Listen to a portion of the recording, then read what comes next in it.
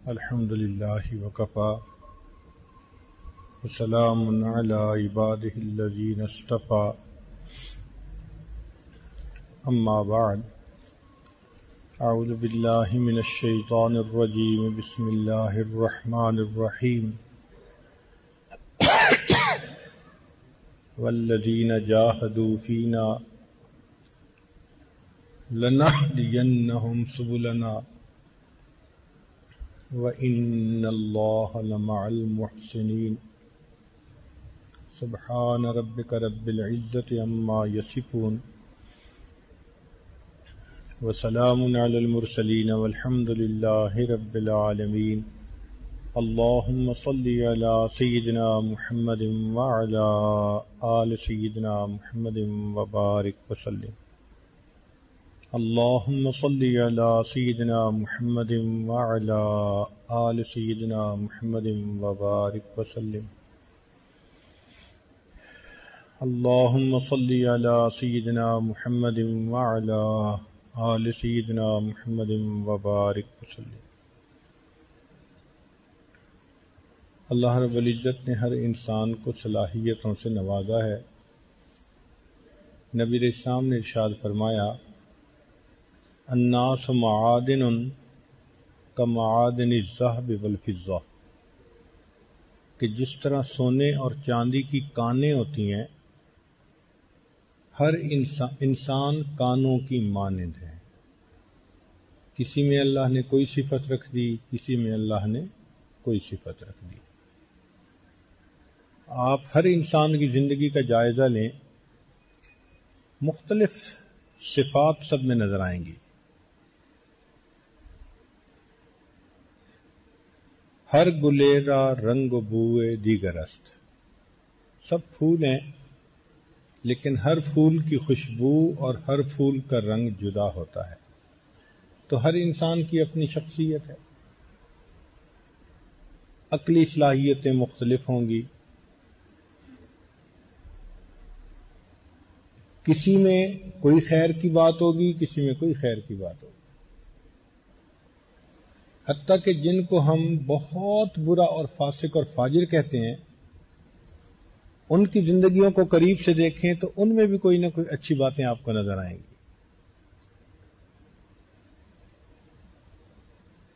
جو سراپا خیر وہ فرشتے، جو سراپا شر وہ شیطان، اور جو خیر اور شر کا مجموعہ وہ حضرت انسان۔ تو ہر انسان کے اندر خیر بھی ہے، شر بھی ہے۔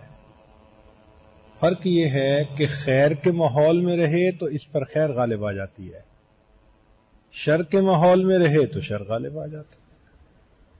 دنیا کے نیک ترین انسان کو برا ماحول مل جائے تو پھسلنے کے موقع موجود، اور بدترین انسان کو اچھا ماحول مل جائے تو سنورنے کے موقع موجود۔ ماحول کا انسان کے اوپر اثر ہوتا ہے۔ علماء نے لکھا ہے کہ جو لوگ مختلف جانور پالتے ہیں تو جانوروں کا ان کے اوپر اثر ہوتا ہے۔ مثلا جو گھوڑے پالتے ہیں ان کے اندر شجاعت ہوتی ہے، جو اونٹ پالتے ہیں ان کے اندر ہٹ دھرمی ہوتی ہے، جو بکریاں پالتے ہیں ان کے اندر عاجزی ہوتی ہے۔ اب سوچنے کی بات ہے کہ جانوروں کے ساتھ رہنے سے اگر جانوروں کے اثرات ہیں تو پھر نیک صحبت میں رہنے سے نیک صحبت کے اثرات کیوں نہیں ہوں گے بندے کے اوپر؟ الصحبت مؤثرۃ، صحبت کے اثرات ہوتے ہیں۔ اس لیے انسان کو چاہیے کہ اپنے آپ کو نیک ماحول کے اندر رکھے، نیک دوست بنا لے، تاکہ وہ اس بندے کو راستے سے ہٹنے نہ دیں، بھٹکنے نہ دیں۔ یہ بھٹکنا بھی چاہے تو وہ اس کو کھینچے نیکی کی طرف۔ اور آج کل کے نوجوان جیسے کہتے ہیں جی میرے دوست برے ہیں، میں ٹھیک ہوں، وہ برے کام کرتے ہیں، میں تو صرف دیکھتا ہوں، میں کرتا کچھ نہیں ہوں۔ جب بھی کوئی نوجوان یہ بات کرے 100% سمجھ لیں کہ یہ بڑے یقین سے جھوٹ بول رہا ہے۔ یہ کیسے ہو سکتا ہے؟ دوست سے ہی انسان کی پہچان ہوتی ہے۔ اچھے دوست ہوں گے تو خود بھی بندہ اچھا، برے دوست ہوں گے تو انسان خود بھی برا. تو انسان جس ماحول میں پرورش پائے اس کے اوپر اس ماحول کے اثرات مرتب ہوتے ہیں.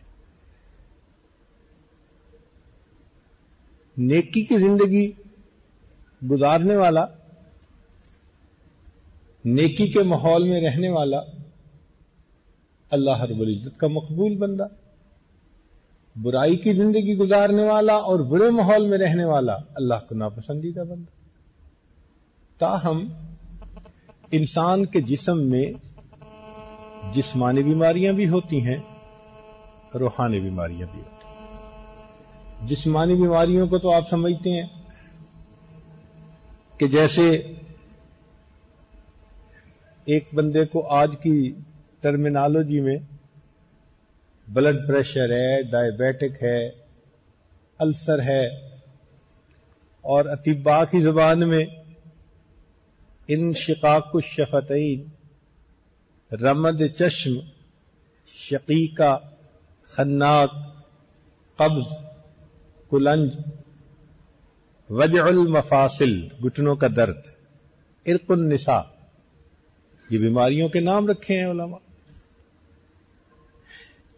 اسی طرح روحانی بیماریوں کے بھی نام ہیں، جیسے بغض، حسد، کینہ، تکبر، ریا، کذب، شہوت، کسلان فی الصلاۃ، ترک الصوم والزکوٰۃ، نفاق، یہ سب کی سب باطن کی بیماریاں ہیں.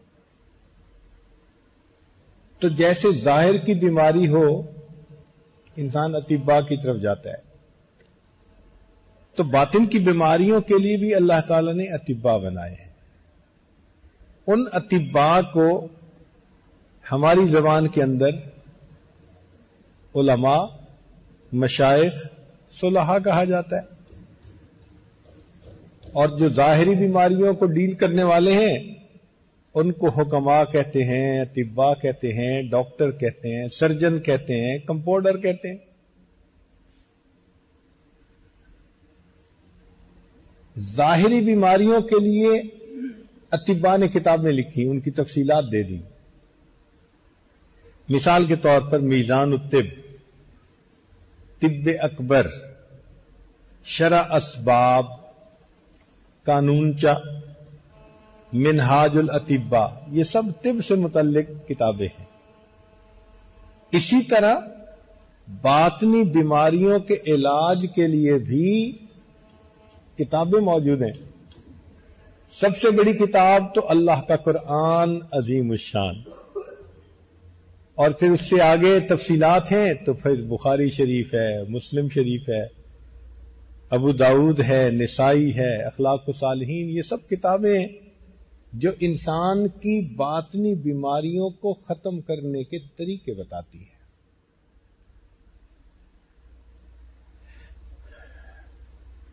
جسمانی بیماری کے لیے کوئی بھی آدمی صرف کتابوں تک محدود نہیں رہتا کہ جی مجھے بلڈ پریشر ہے اور میں کتاب سے پڑھ کے بلڈ پریشر کی گولی لے لوں گا.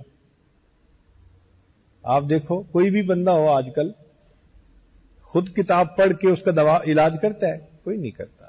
بھاگتا ہے ایک اسپیشلسٹ نہیں دوسرا اسپیشلسٹ، بلکہ ایک اسپیشلسٹ بتا دے کہ یہ بیماری ہے تو کہتے ہیں جی میں ایک اور اسپیشلسٹ سے ویریفائی کرتا ہوں. اسی طرح روحانی بیماریوں کے علاج کے لیے بھی ہمیں فقط کتابیں کام نہیں آئیں گی، کسی نہ کسی طبیب کی ضرورت ہوگی. شیطان ایک بڑا خوبصورت دھوکہ دیتا ہے، تمہیں کیا ضرورت ہے کسی سے اپنی بات کرنے کی، اپنی اصلاح خود کر لو. یہ ایسا ہی ہے جیسے کوئی سوچے کہ کیا ضرورت ہے ڈاکٹر کے پاس جانے کی، اپنا علاج خود کر لو. جو اپنا علاج خود کرے گا وہ جلدی مرے گا. بلکہ ہم نے تو دیکھا کہ ڈاکٹر بیمار ہوتا ہے تو فوراً دوسرے ڈاکٹر کے پاس جاتا ہے، اپنا علاج خود نہیں کرتے، حالانکہ اپنے پاس بھی نالج ہوتا ہے مگر پھر بھی دوسرے ڈاکٹر کو چیک کرواتے ہیں. دوسرے ڈاکٹر کی رائے لیتے ہیں کہ جی مجھے کیا بیماری ہے. اپنے بارے میں انسان کی اسیسمنٹ ٹھیک نہیں ہوتی. نفس اپنی باتوں کو مزین کر کے پیش کرتا ہے. برائی برائی نہیں لگتی.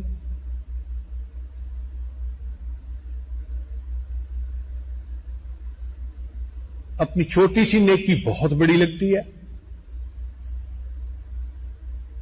اس لیے اپنے بارے میں رائے انسان صحیح قائم نہیں کر سکتا تو اپنا علاج ٹھیک نہیں ہوتا.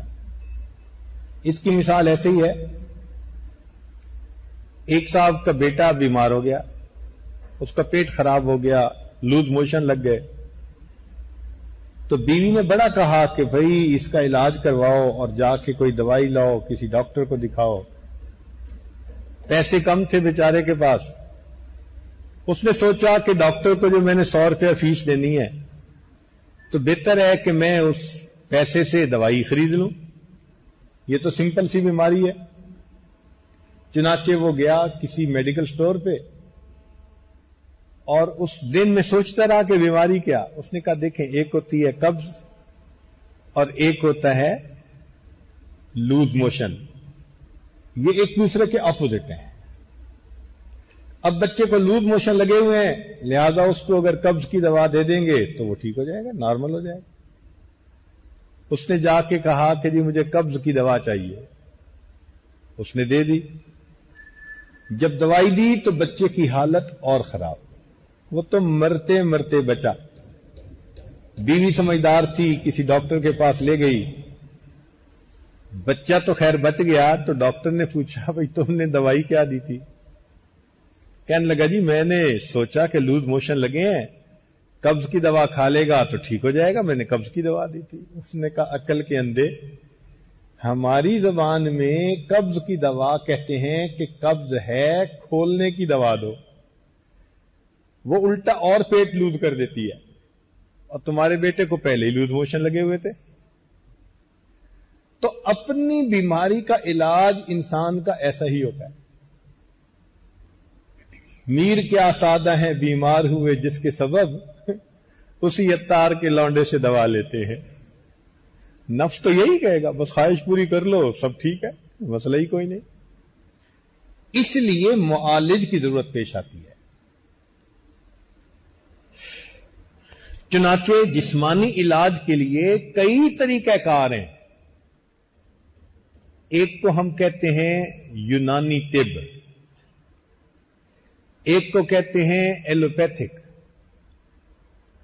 ایک کو کہتے ہیں ہومیوپیتھک, اور آج کل نئے طریقے بھی آ گئے ہیں. ایک کو کہتے ہیں آکو پنکچر. یہ عجیب طریقہ ہے. 1 انچ 2 انچ 3 انچ لمبی لمبی سوئیاں بندے کے اندر چپو دیتے ہیں اور بیماری کا علاج ہو جاتا ہے. یہ بھی عجیب بات ہے. ایک بندے کو نیند نہیں آتی, وہ ڈاکٹر صاحب ایک سوئی چبوئیں گے اور وہ ایسے سوئے گا جیسے نشے کی دوا پی کے سو رہا ہے. یا اللہ, یہ بھی طریقہ علاج ہے. جس کا جی چاہے ایلوپیتھی, ہومیوپیتھی, طب یا اکوپنکچر یا جو جی چاہے طریقہ علاج اختیار کرے. ایسے ہی اللہ رب العزت نے روحانی بیماریوں کے علاج کے مختلف طریقے بنا دیے. ایک روحانی طریقہ کار ہے نقش بندیہ, ایک ہے چشتیہ, ایک ہے قادریہ, ایک ہے سہروردیہ. کہیں ذکر خفی سے علاج کرتے ہیں, کہیں ذکر جہر سے علاج کرتے ہیں. مختلف انداز ہیں, طریقے سارے ٹھیک ہیں, اور ان طریقوں سے واقعی انسان کو صحت ملتی ہے. پھر اس کے بعد انسان اپنی غذا استعمال کرے, اچھی غذا تو صحت اچھی ہو جاتی ہے. آپ ذرا سوچئے, بیمار آدمی کو پھر گندم کی روٹی دیتے ہیں, جو کی روٹی, دودھ پلاتے ہیں, جوسز پلاتے ہیں, یہ جسمانی غذائیں ہیں. ایسے ہی انسان کی روحانی خوراک وہ انوار, تجلیات, فیوزات, سکینہ, یہ چیزیں ہیں. جو انسان کی روح کو ٹھیک کر دیتی ہے. دستور یہ ہے کہ جسم زمین سے بنا، مٹی سے، اور اس کی غذا بھی مٹی ہی سے نکلی، اور انسان کی روح اوپر سے آئی اور اس کی غذا بھی اوپر ہی سے اللہ نے پہنچائی. اس لیے ایسی محفلوں میں بیٹھنا جن میں انوار اور تجلیات برستے ہوں، رحمتیں برستی ہوں، بندے کی جوہانی بیماریوں کا علاج خود بخود ہو جاتا ہے. لیکن ان دونوں میں ایک بات غور کیا ہے کہ جسمانی بیماریوں کا علاج صحیح طرح نہ کروائیں تو بندہ گیا، جان گئی. اور اگر روحانی بیماری کا علاج نہ کروائیں تو بندے کا ایمان گیا. چنانچہ کتنے لوگ ہیں ان کا فسق اتنا بڑھتا ہے، ایسی باتیں کر دیتے ہیں کہ ایمان سے محروم. چنانچہ ایک دفعہ کہیں بیٹھے تھے تو اس نے اپنے ایک ورکر کو بلایا، فورمین صاحب کو، اور کوئی بات کی. توبہ توبہ، ایسی اس نے خطرناک بات کہی کہ کانپ ہی گئے.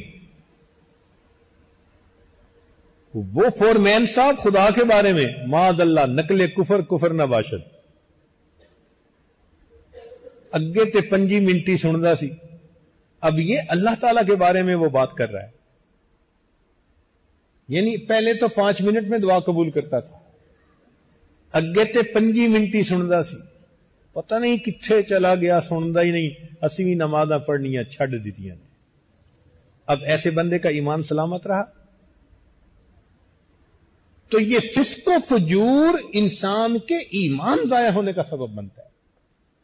جسمانی بیماریوں کے علاج میں غفلت کی تو جان گئی، اور روحانی بیماریوں کے علاج میں غفلت کی تو انسان کا ایمان ہی گیا، ایمان سے محروم. اس لیے جسمانی علاج سے زیادہ ضروری ہے کہ انسان اپنا روحانی علاج کروائے.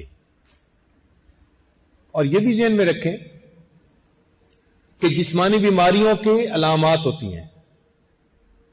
مثلاً جس بندے کو بلڈ پریشر ہے تو وہ محسوس کرے گا کہ جیسے اس کا چہرہ سرخ ہو رہا ہے اور پھول رہا ہے، کانوں میں کچھ محسوس ہوگا، تو ڈاکٹر کہے گا جی آپ کا بلڈ پریشر ہائی ہے. ایک بندے کو بار بار بیت الخلاء کی ضرورت آتی ہے، علامت، ڈاکٹر کہے گا جی آپ کو شوگر ہے. ایک بندہ چند منٹ چلتا ہے اور سانس پھول جاتا ہے، ڈاکٹر کہے گا جی آپ کو دل کی بیماری ہے. تو علامات ہیں کہ انسان جسمانی بیمار ہوتا ہے تو اس کے لیے کام کرنا مشکل ہو جاتا ہے. اسی طرح روحانی بیماریوں کی ایک علامت ہے کہ جو انسان روحانی بیمار، اس کے لیے اعمال کرنے مشکل ہو جاتے ہیں. نماز کو دل نہیں چاہتا، تلاوت نہیں ہوتی، تہجد میں آنکھ ہی نہیں کھلتی، سچ بولنا مشکل ہوتا ہے، اپنی غلطی کو تسلیم کرنا مصیبت نظر آتا ہے. میں اسے سمجھوں ہوں دشمن جو مجھے سمجھائے ہے. سمجھا کے دیکھو، اگر گلے پھٹ جائے گا. بہن کو کہو نماز پڑھ، کہے گا جا اپنی بیوی کو سمجھا پہلے. یہ نہیں تسلیم کرے گی کہ میں نماز نہیں پڑھتی، کہے گی جا اپنی بیوی کو سمجھا. اپنی بھی بات ماننی. تو اس لیے انسان اپنی جسمانی بیماریوں سے زیادہ اپنی روحانی بیماریوں کے علاج پر توجہ دے. چنانچہ یہ جو سلسلہ کہا جاتا ہے یہ ان اطباء کی ایک چین ہے، زنجیر ہے، جو روحانی بیماریوں کا علاج کرتے رہے.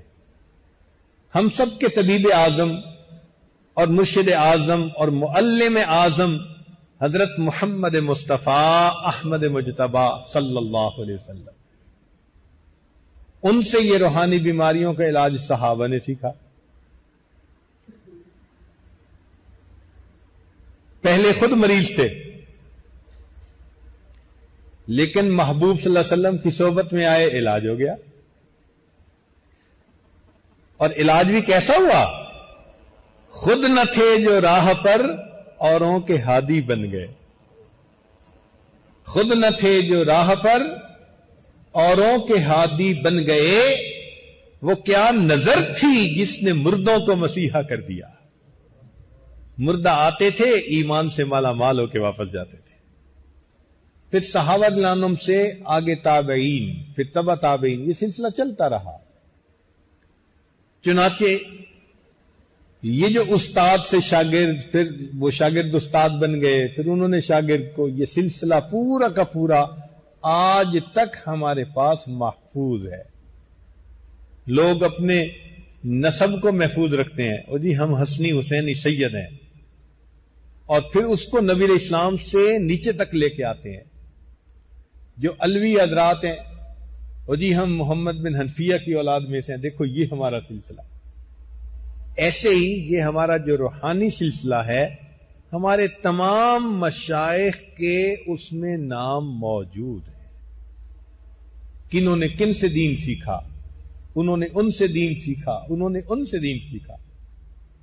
دین تو سیکھنے سے آتا ہے نا، خود بخود تو نہیں آ جاتا.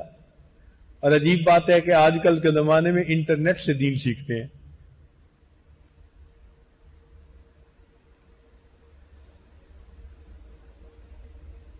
اور کئی تو سنا سنایا دین، بس استاد کوئی نہیں ہوتا. ادھر سے سن لی، ادھر سے بات سن لی، اخبار کی خبریں پڑھ لی، اور یہاں سے دین سمجھ لیا. ہر آنکھ آرے کہ بے استاد باشد، ہر آنکھ آرے کہ بے استاد باشد، یقین دانی کہ بے بنیاد باشد. ہر وہ بندہ جو بے استاد ہوتا ہے، سمجھ لو کہ وہ بے بنیاد، اس کی بنیاد ہوتی ہے. اسی لیے بڑے آرام سے کہہ دیتے ہیں جی کہ یہ تصوف بدعت ہے. بھئی یہ بدعت کہاں سے آ گئی؟ یہ تو روحانی بیماریوں کا علاج ہے. شریعت نے کہا کہ اگر تمہارے اندر تکبر ہوگا، تمہیں جنت میں داخلہ نصیب نہیں ہو سکے گا. اب تکبر کیسے ختم کریں؟ جو محنت تکبر ختم کرنے کا طریقہ بتایا، وہ کہاں سے بدعت آ گئی؟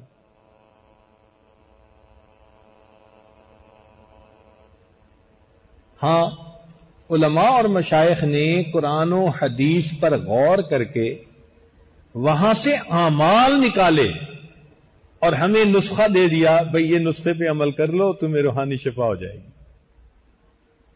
تو ماخذ مبدا تو ان کا اللہ کا قرآن اور نبی علیہ السلام کا فرمان ہوتا ہے. مثال کے طور پر جب بھی ہمارے سلسلہ میں کوئی بندہ بیعت ہوتا ہے تو اس کو 6 باتیں کہتے ہیں کہ بھئی یہ 6 اعمال ہیں، ان کو کرنا شروع کر دو، یہ معمولات ہیں. یہ 6 کے 6 معمولات قرآن کے اندر موجود ہیں. مشائخ نے نور ایمان کے ذریعے ان کو پہچانا اور یہ ہیرے موتی نکال کے ہمیں دے دیے. مثال کے طور پر 100 مرتبہ صبح اور شام درود پڑھو. اب نبی علیہ السلام پر درود پڑھنے کا قرآن مجید میں حکم ہے. چنانچہ اللہ تعالیٰ ارشاد فرماتے ہیں، ان اللہ وملائکتہ یصلون علی النبی یا ایھا الذین آمنوا صلوا علیہ وسلموا تسلیما. اب یہ صلو کون سا صیغہ ہے بھائی؟ امر کا صیغہ ہے.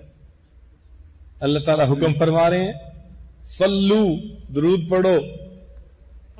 اب جو بندہ صبح اور شام درود شریف پڑھے تو وہ تو قرآن کے حکم پہ عمل کر رہا ہے. یہ کہاں سے بدعت آ گئی وہ؟ احادیث میں ویسے بھی درود شریف پڑھنے کے فضائل موجود ہیں، مگر امر کا صیغہ ہے، حکم دیا گیا ہے ہمیں. پھر آگے دیکھیے، استغفار 100 مرتبہ پڑھنے کو کہتے ہیں صبح اور شام. قرآن مجید میں استغفار پڑھنے کا حکم. ارشاد فرماتے ہیں استغفروا ربکم انہ کان غفارا. اب استغفروا کون سا صیغہ؟ امر کا صیغہ، حکم ہے کہ استغفار کرو، تو اگر کسی بندے کو کہہ دیا جائے بھائی صبح شام 100 مرتبہ استغفار کرو، تو یہ کہاں سے بدعت آ گئی؟ یہ تو منشأ قرآنی پر عمل ہے، استغفار کر رہے ہیں اللہ کے سامنے۔ تیسرا عمل بتاتے ہیں کہ جی قرآن مجید کی تلاوت کرو، تو قرآن مجید کی تلاوت کرنے کا حکم اللہ تعالیٰ ارشاد فرماتے ہیں فَقْرَؤُوا مَا تَيَسَّرَ مِنَ الْقُرْآنِ۔ اب یہ اقرأوا کون سا صیغہ ہے بھائی؟ تو اس آیت پہ ہمیں عمل کرنا چاہیے نا۔ تو اگر کسی کو کہا جائے بھائی ایک پارا آدھا پارا روز پڑھ لیا کرو، تو یہ قرآن کی منشا ہوئی نا، کوئی بدعت تو نہ بنی۔ چوتھی چیز، چلتے پھرتے لیٹے بیٹھے ہر وقت اللہ کا دھیان، حکم خدا ہے۔ قرآن مجید میں اللہ تعالیٰ فرماتے ہیں فَاذْكُرُوا اللَّهَ فَاذْكُرُوا اللَّهَ قِيَامًا وَقُعُودًا وَعَلَىٰ جُنُوبِكُمْ، تم ذکر کرو۔ اب یہ اذکر اللہ کون سا صیغہ بنا؟ امر کا حکم ہے۔ کھڑے ہوئے بھی، بیٹھے ہوئے بھی، لیٹے ہوئے بھی اللہ کو یاد کرو۔ اب اگر کسی کو کہا جائے بھئی تم وقوف قلبی رکھو، یعنی لیٹے بیٹھے کھڑے اللہ کو یاد رکھو، تو یہ تو قرآن کی منشا ہوئی۔ پھر پانچویں چیز، ہمارے مشائخ فرماتے ہیں بھئی ذکر قلبی کرو، تو ذکر قلبی کرنے کا حکم ہے۔ وہ کیسے؟ اللہ تعالیٰ ارشاد فرماتے ہیں وَاذْكُرْ رَبَّكَ فِي نَفْسِكَ، ذکر کر اپنے رب کا اپنے نفس میں۔ مفسرین نے لکھا ای فی قلبک، اپنے دل میں اللہ کو یاد کرو۔ کیسے یاد کریں؟ تضرعا وخیفہ، گڑ گڑاتے ہوئے، بہت خفیہ انداز سے۔ چنانچہ تفسیر معارف القرآن میں حضرت مفتی محمد شفیع رحمۃ اللہ علیہ فرماتے ہیں کہ تضرعا وخیفہ کے الفاظ سے قرآن مجید سے ذکر قلبی کا ثبوت ملتا ہے۔ تو بھائی اگر کسی کو کہہ دیا جائے قرآن کی اس آیت پہ عمل کرو وَاذْكُرْ رَبَّكَ فِي نَفْسِكَ، تو یہ کہاں سے بدعت آ گئی؟ پھر چھٹی چیز بتاتے ہیں کہ مشائخ کی صحبت اختیار کرو، تو نیک لوگوں کی صحبت اختیار کرنے کا ویسے ہی حکم ہے۔ اللہ تعالی شاید فرماتے ہیں یا ایھا الذین آمنوا اتقوا اللہ وکونوا مع الصادقین۔ یہ کونو کون سا صیغہ بنا بھائی؟ تو اب ان 6 اعمال کو کرنے کا کسی کو اگر کہہ دیا جائے تو کدھر سے بدعت آ گئی؟ اس کا مطلب کہ جو بدعت کہتے ہیں یا تو وہ جاہل ہیں یا متجاہل ہیں۔ عالم ہوتے تو کبھی بدعت نہ کہتے، تو منشأ قرآنی پر عمل ہے۔ تو ہمارے مشائخ نے اپنے پاس سے کچھ نہیں کیا، انہی اعمال کو قرآن و حدیث سے لے کر بتا دیا بھئی اس کو تم یوں کر لو، اور اللہ اس میں برکت رکھ دیتے ہیں، بندے کو شفا نصیب ہو جاتی ہے۔ آپ ان 6 معمولات کو باقاعدگی سے کر کے دیکھیں، آپ کو اپنی زندگی میں خود فرق نظر آئے گا۔ آپ کا اپنا دل گواہی دے گا کہ ہاں اب میرے اندر اللہ کی محبت پہلے کی نسبت بڑھ گئی ہے۔ تو اس لیے جیسے ہم جسمانی بیماریوں کا علاج کرواتے ہیں، ایسے ہی ہمیں روحانی بیماریوں کا بھی علاج کروانا چاہیے۔ یہ روحانی بیماریاں واقعی ہوتی ہیں؟ ذہن میں ایک سوال پیدا ہوتا ہے، جی روحانی بیماریاں ہوتی ہیں۔ اس کی دلیل قرآن عظیم الشان میں سے کون سی دلیل؟ اللہ تعالیٰ ایک جگہ ارشاد فرماتے ہیں کہ اے نبی علیہ الصلوۃ والسلام کی بیویوں، پردے میں رہو، ایسا نہ ہو فَيَطْمَعَ الَّذِي فِي قَلْبِهِ مَرَضٌ، کہ تمہیں دیکھ کر طمع کرے وہ بندہ جس کے دل کے اندر بیماری ہے۔ اس کا مطلب یہ کہ قرآن سے ثابت ہو رہا ہے کہ جب غیر عورت کو دیکھ کر کسی کے دل میں طمع ہوتی ہے، شہوت ابھرتی ہے، تو یہ کیا چیز ہوتی ہے؟ فی قلبہ مرض۔ قرآن کہہ رہا ہے فَيَطْمَعَ الَّذِي فِي قَلْبِهِ مَرَضٌ۔ اب اگر ایک بندہ مسجد سے باہر نکلتا ہے اور اس کے لیے آنکھ کو کنٹرول کرنا مشکل، ادھر بھی عورت چلتی دیکھتا ہے ادھر بھی دیکھتا ہے، تو بھائی یہ تو کنفرمیشن ہو گئی کہ اندر روگ ہے۔ لوگوں کو ہم دھوکہ دے سکتے ہیں، رب کو تو دھوکہ نہیں دے سکتے۔ ہمارا رب تو جانتا ہے نا کہ یہ ادھر بھی دیکھتا ہے ادھر بھی دیکھتا ہے۔ تو جس کی نگاہ اس کے کنٹرول میں نہیں وہ پکا روحانی مریض ہے۔ ہوائی جہاز پہ سفر کرتے ہیں، ایئر ہوسٹس کو دیکھتے ہیں یا نہیں؟ بسوں پہ ویگنوں پہ سفر کرتے ہوئے مسافر عورتوں کی طرف دیکھتے ہیں یا نہیں؟ راستہ چلتے ہوئے ادھر ادھر دیکھتے ہیں یا نہیں؟ دکاندار صاحب آنے والی گاہک عورتوں کو دیکھتے ہیں یا نہیں؟ اگر نظر میں ہوس ہے اور نظر اٹھتی ہے پیچھا کرتی ہے تو یہ تو کنفرمیشن ہو گئی کہ روحانی بیماری موجود ہے۔ اب روحانی بیماری کی کنفرمیشن بھی ہو اور بندہ علاج نہ کروائے تو وہ تو قابل رحم انسان ہے۔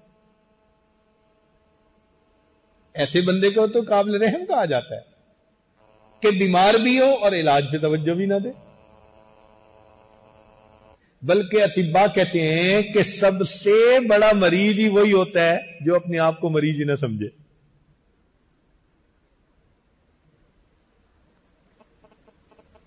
چنانچہ جن لوگوں کو ہیپیٹائٹس سی ہوتی ہے اور وہ علاج نہیں کرواتے، جی ٹھیک ہے، آپ دیکھیں چند مہینوں کے اندر ان کے جسم کے اعضاء سکڑ جاتے ہیں جس پر اثر ہوتا ہے اور بالآخر وہ بندہ موت کے منہ میں چلا جاتا ہے۔ یہی روحانی بیماری کا علاج یعنی مثال ہے کہ جو سمجھتا ہے کہ میری آنکھ پاک نہیں اور پھر علاج نہیں کرواتا، اس کا مطلب یہ بے ایمان مرنے کے لیے تیار ہے۔ چنانچہ علماء نے لکھا ہے کہ بد نظری کے بڑے نقصانات ہیں، ان میں سے ایک بڑا نقصان یہ کہ موت کے وقت بندہ کلمے سے محروم ہو جاتا ہے۔ اکثر موت کے وقت جو کلمے سے محروم ہوتا ہے بد نظری کے گناہ کی وجہ سے۔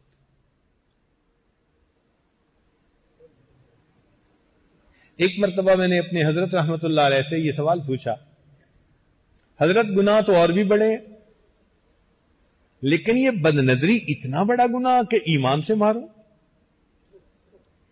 اور ذہن میں ایک دو واقعات بھی تھے۔ جنید بغدادی رحمت اللہ علیہ کا مرید ساتھ جا رہا تھا، حافظ قرآن تھا، ایک خوبصورت لڑکے پر نظر پڑی، پوچھنے لگا کہ حضرت ایسے لوگ بھی جہنم میں جائیں گے؟ حضرت نے فرمایا کہ تو نے بری نظر ڈالی، توبہ کر۔ نہیں میں نے تو ویسے ہی کہا ہے، مانا نہیں۔ ابن جوزی رحمت اللہ علیہ فرماتے ہیں کہ اس بد نظری کا وبال اس پر اتنا پڑا 20 سال کے بعد قرآن مجید اس کے سینے سے نکل گیا، بھول گیا قرآن مجید۔ ابن جوزی رحمت اللہ علیہ ایک اور بھی مثال دیتے ہیں کہ مؤذن اذان دینے کے لیے مینارے پہ چڑھا اور ہمسائے کی طرف نظر پڑی، ان کی جوان لڑکی تھی، ایک بد نظری پر ایسا اثر ہوا کہ بالآخر ایمان سے محروم ہو گیا۔ تو اب یہ واقعات ڈراتے ہیں بندے کو۔ تو اس عاجز نے یہ سوال کیا کہ حضرت ان واقعات کو پڑھ کے تو بڑا ڈر لگتا ہے کہ کیا یہ اتنا بڑا گناہ ہے کہ ایمان ہی سے محروم؟ دیکھو قتل کرنے والے کو ایمان سے محروم نہیں کہا گیا، چوری کرنے والے کو محروم نہیں کہا گیا، لیکن بد نظری کرنے والے کو ایمان سے محروم۔ حضرت نے فرمایا کہ ہاں، اس کی بنیاد یہ ہے کہ یہ اللہ رب العزت کی غیرت کا معاملہ ہے۔ چونکہ انسان غیر کی طرف للچائی نظر سے دیکھتا ہے، اللہ فرماتے ہیں اور تو حسن دینے والے کو بھول گیا اور حسن کے پیچھے دیوانہ بن گیا۔ میری طرف سے تو نے نظریں ہٹا لی، مخلوق کے اوپر نظریں جمائی۔ یہ جو غیرت ہوتی ہے نا، یہ برداشت نہیں کرتی۔ آپ دیکھیں بیوی سب کچھ برداشت کر جاتی ہے، لیکن مرد اگر کسی غیر کی طرف نظر اٹھا کے دیکھے بیوی کو برداشت نہیں. یہی اللہ رب العزت کا معاملہ ہے.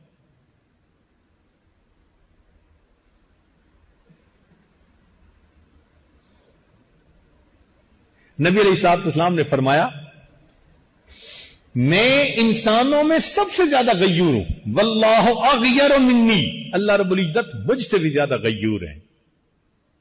تو اس لیے یہ بد نظری بہت بڑا گناہ بن جاتا ہے. نظر نہیں آتا، لیکن یہ اس بات کی دلیل ہوتا ہے کہ انسان کا من بیمار ہے. اب جب بیمار ہے تو علاج کروائیں. اور ایک اور اس کی دلیل کہ باطنی بیماری ہے یا نہیں. ہم جب نماز پڑھنے کھڑے ہوتے ہیں تو نماز کے اندر ہمیں نماز کی طرف دھیان ہوتا ہے یا دنیا کی طرف دھیان ہوتا ہے؟ اپنا دل گواہی دے گا. اگر تو شروع اللہ اکبر سے لے کے سلام پھیرنے تک اللہ کا دھیان رہتا ہے، ان تعبد اللہ کأنک ترا، یہ کیفیت ہے، اس کا مطلب ہے کہ من سنورا ہوا ہے. اور اگر کھڑے ہوتے ہی پچھلے قصے بھی یاد آنے لگ جاتے ہیں، اس کا مطلب یہ کہ من بیمار ہے. کئی مرتبہ تو دنیا کے کام کاج تو کیا، نماز میں کھڑے ہوئے بندہ گناہوں کے بارے میں سوچ رہا ہوتا ہے.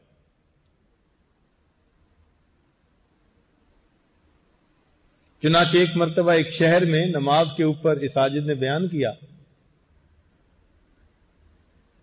تو ایک عالم ملنے کے لیے آئے. ان کی یہ بھویں سفید تھی، داڑھی بھی سفید تھی.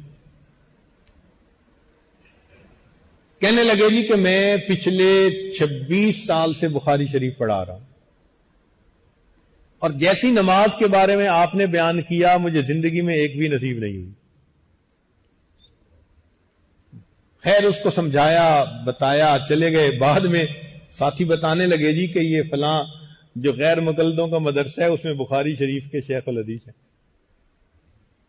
شیخ الحدیث صاحب 26 سال گزر گئے، خود فرماتے ہیں کہ مجھے ایک نماز ایسی نہیں ملی. تو میں نے ان کو پھر جواب میں یہی کہا کہ جی آپ کسی کے پاس گئے ہیں نماز سیکھنے کے لیے؟ کہنے لگا گیا تو کوئی نہیں. تو کیوں تصوف کو بدعت کہتے ہو؟ کیوں مخالفت کرتے ہو تصوف کی؟ من کی صفائی کو کیا ضرورت ہے بدعت کہنے کی؟ آؤ نا اللہ والوں کی صحبت میں چند دن رہو، دیکھو کیسے تمہاری نماز بنتی ہے، کیسے دل میں اللہ کی محبت بڑھتی ہے. ایسی محبت ہوگی کہ تہجد میں آپ نیت باندھیں گے تو سجدے سے سر اٹھانے کو دل نہیں کرے گا.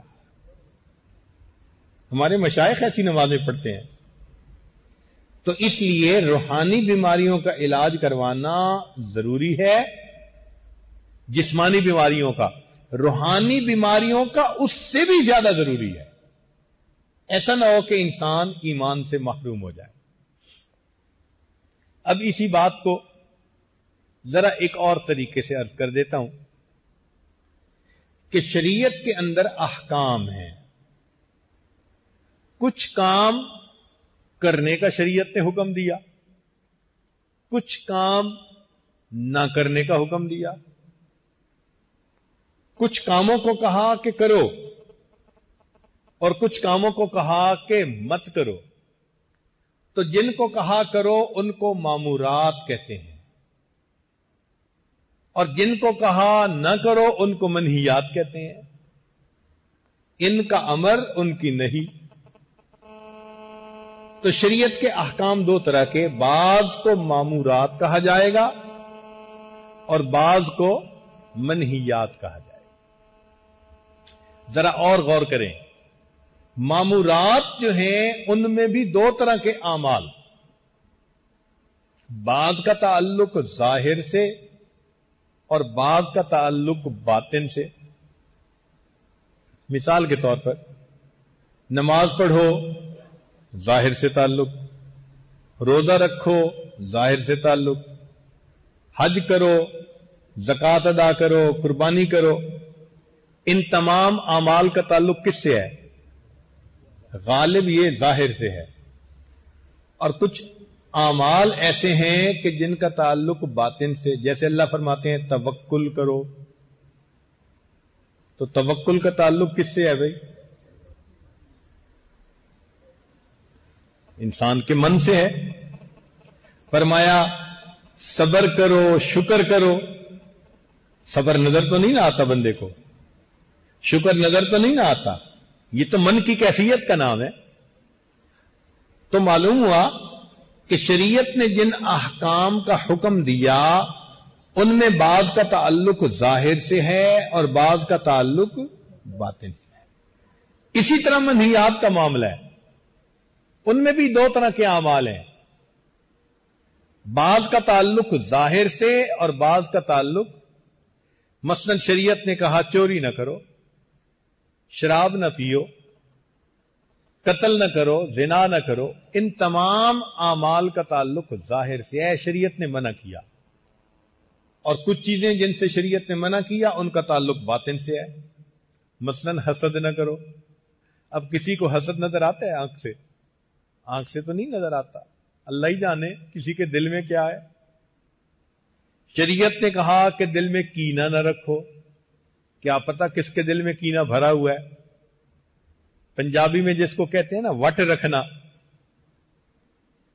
اپنے دل میں کسی کے بارے میں بیر رکھنا، اس کو شریعت میں کینہ کہتے ہیں۔ تو کینے سے منع کیا، تکبر سے منع کیا، حسد سے منع کیا، یہ سب باطن کے اعمال ہیں اور ان سے شریعت نے منع کیا۔ تو مامورات بھی دو طرح کے اور منہیات بھی دو طرح کے۔ وہ تمام مامورات یا منہیات جن کا تعلق ظاہر سے بنتا ہے اس کو شریعت کی نظر میں فقہ کہتے ہیں، اس کو شریعت کی نظر میں احکام کہتے ہیں کہ یہ فقہ الظاہر ہے۔ اور وہ تمام اعمال جن کا تعلق اوامر سے ہے مگر باطن سے، منہیات سے ہے مگر باطن سے، ان تمام کے علم کو تصوف کہتے ہیں۔ اس کا سمجھنا کون سا مشکل ہے؟ یہ فقہ الباطن ہے، وہ فقہ الظاہر تھی اور یہ فقہ الباطن ہے۔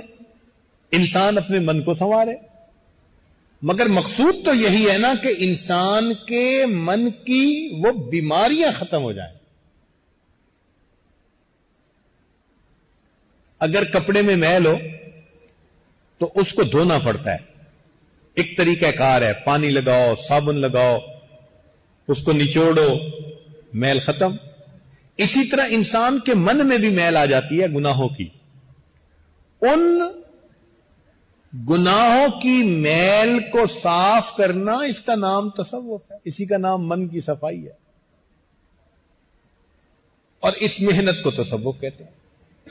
اللہ رب العزت نے تزکیہ نفس کی اہمیت قرآن مجید میں بیان فرما دی، چنانچہ ارشاد فرمایا قد افلح من تزکا، تحقیق فلاح پا گیا وہ جو ستھرا ہوا۔ تو جو بندہ بھی ستھرا ہوگا یعنی من سے میل کو ختم کرے گا وہ فلاح پائے گا۔ قرآن مجید میں ایک جگہ 7 قسمیں کھا کر اللہ نے فرمایا کہ تم اپنے من کو صاف کرو، صاف کرنے والا فلاح پائے گا۔ آپ غور کریں کہ ایک قسم کھا لینا کسی معتبر بندے کا بڑا ہوتا ہے، پھر ڈبل قسم کھائے، 3 دفعہ قسم کھائے، ان اے رو اللہ تعالیٰ نے ایک ہی دم میں 7 قسمیں کھائیں۔ والشمس وضحاها والقمر اذا تلاها والنہار اذا جلاها واللیل اذا یغشاها والسماء وما بناها والارض وما طحاها، 7واں ونفس وما سواها فالہمها فجورها وتقواها قد افلح من زکاها۔ 7 قسمیں کھائیں اور فرمایا کہ جو نفس کو ستھرا کر لے گا وہ کامیاب ہو جائے گا۔ تو اب ہمیں اس کی اہمیت کا اندازہ لگانا چاہیے کہ یہ من کی صفائی کتنی ضروری ہوتی ہے. یہ بعثت کے مقاصد میں سے ہے. اس لیے نبی علیہ السلام جو تشریف لائے تو آپ کے جو 4 مقاصد تھے تو ان میں فرمایا وَيُزَكِّيهِمْ، آپ ان کا تزکیہ فرمائیں گے، ان کو ستھرا فرمائیں گے. تو اس سے بھی بات سمجھ میں آتی ہے کہ واقعی انسان کو اپنے من کی صفائی کے لیے محنت کرنی چاہیے اور تزکیہ نفس حاصل کرنے کے لیے کوشش میں لگے رہنا چاہیے. اسی بات کو ایک اور اینگل سے آپ کے سامنے پیش کرتے ہیں کہ ایک تھی تعلیمات نبوی، ایک تھی تعلیمات نبوی اور ایک تھی کیفیات نبوی. یہ جو تعلیمات نبوی ان کو علم شرائع کہتے ہیں، شرع کا علم، اور یہ جو کیفیات نبوی ان کو علم الاحسان کہتے ہیں. اسی علم الاحسان کا دوسرا نام تصوف ہے. بھائی ہم اب تصوف کہتے ہیں اور آپ کو اس نام سے چڑ ہے، آپ اس کو تزکیہ کہہ دیں، آپ اس کو احسان کہہ دیں، یہ تو قرآن کے الفاظ ہیں نا. واللہ یحب المحسنین، اللہ محسنین سے محبت فرماتے ہیں. تزکیہ تو قرآن کا لفظ ہے نا، تو آپ اپنی پسند کا لفظ بول لیں. یہ تو نام مشہور ہو جاتے ہیں جو اللہ چاہتے ہیں. اسی طرح یہ نام تصوف شہرت پا گیا. شروع میں اس کو علم الاحسان ہی کہتے تھے، تزکیہ کا علم ہی کہتے تھے، مگر ایک لفظ معروف یہ چل پڑا. تو ناموں سے کیا ہوتا ہے؟ اصل تو حقیقت کو دیکھا جاتا ہے نا. ایک آدمی کسی چیز کو اے کہے، دوسرا بی کہے، تیسرا سی کہے، کیا فرق ہے بھائی؟ چیز تو وہی ہے جو ہے. تو تصوف ایک حقیقت ہے، اس کو مانے بغیر انسان کا چارہ نہیں ہے.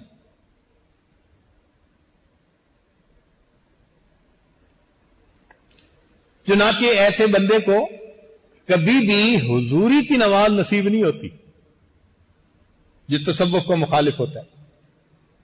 نمازیں پڑھتا ہے مگر نفس کے خیالات کے ساتھ ساتھ. اب ایسی ہی نمازیں اگر اللہ کے حضور بھیجنی ہے تو آدمی کی اپنی مرضی کی بات ہے، ورنہ کم از کم سیکھنے کی کوشش تو کرنی چاہیے نا کہ میں سیکھوں تو صحیح. چنانچہ حضرت شاہ اسماعیل شہید رحمت اللہ علیہ حضرت سید احمد شہید رحمت اللہ علیہ کی خدمت میں حاضر ہوئے اور کہا کہ حضرت میں آپ کے پاس اس لیے آیا ہوں کہ مجھے ایک نماز صحابہ جیسی پڑھا دیجیے. یہ ہے بیعت کا مقصد. اصل کیا خوبصورت بات کہی کہ حضرت میں آپ کے پاس آیا اس لیے ہوں، مجھے ایک نماز صحابہ جیسی پڑھا دیجیے. چنانچہ حضرت نے فرمایا بہت اچھا. رات کو وہاں قیام کیا. جب آخری پہر ہوا تو حضرت نے نام لے کے پکارا کہ اٹھ گئے ہو؟ جی حضرت اٹھ گیا ہوں. فرمایا جاؤ اللہ کے لیے وضو کر کے آؤ.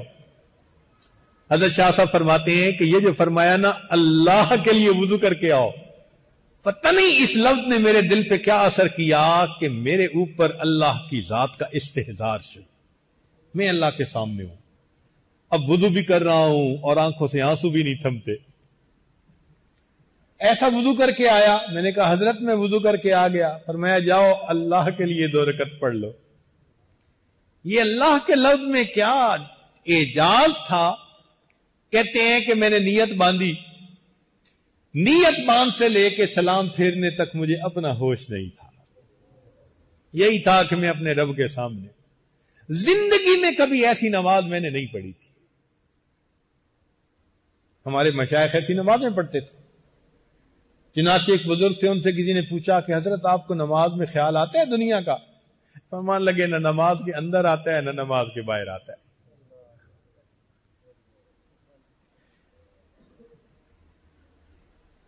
تو اس تزکیہ کا یہ فائدہ کہ انسان پھر ایسی نمازیں پڑھتا ہے.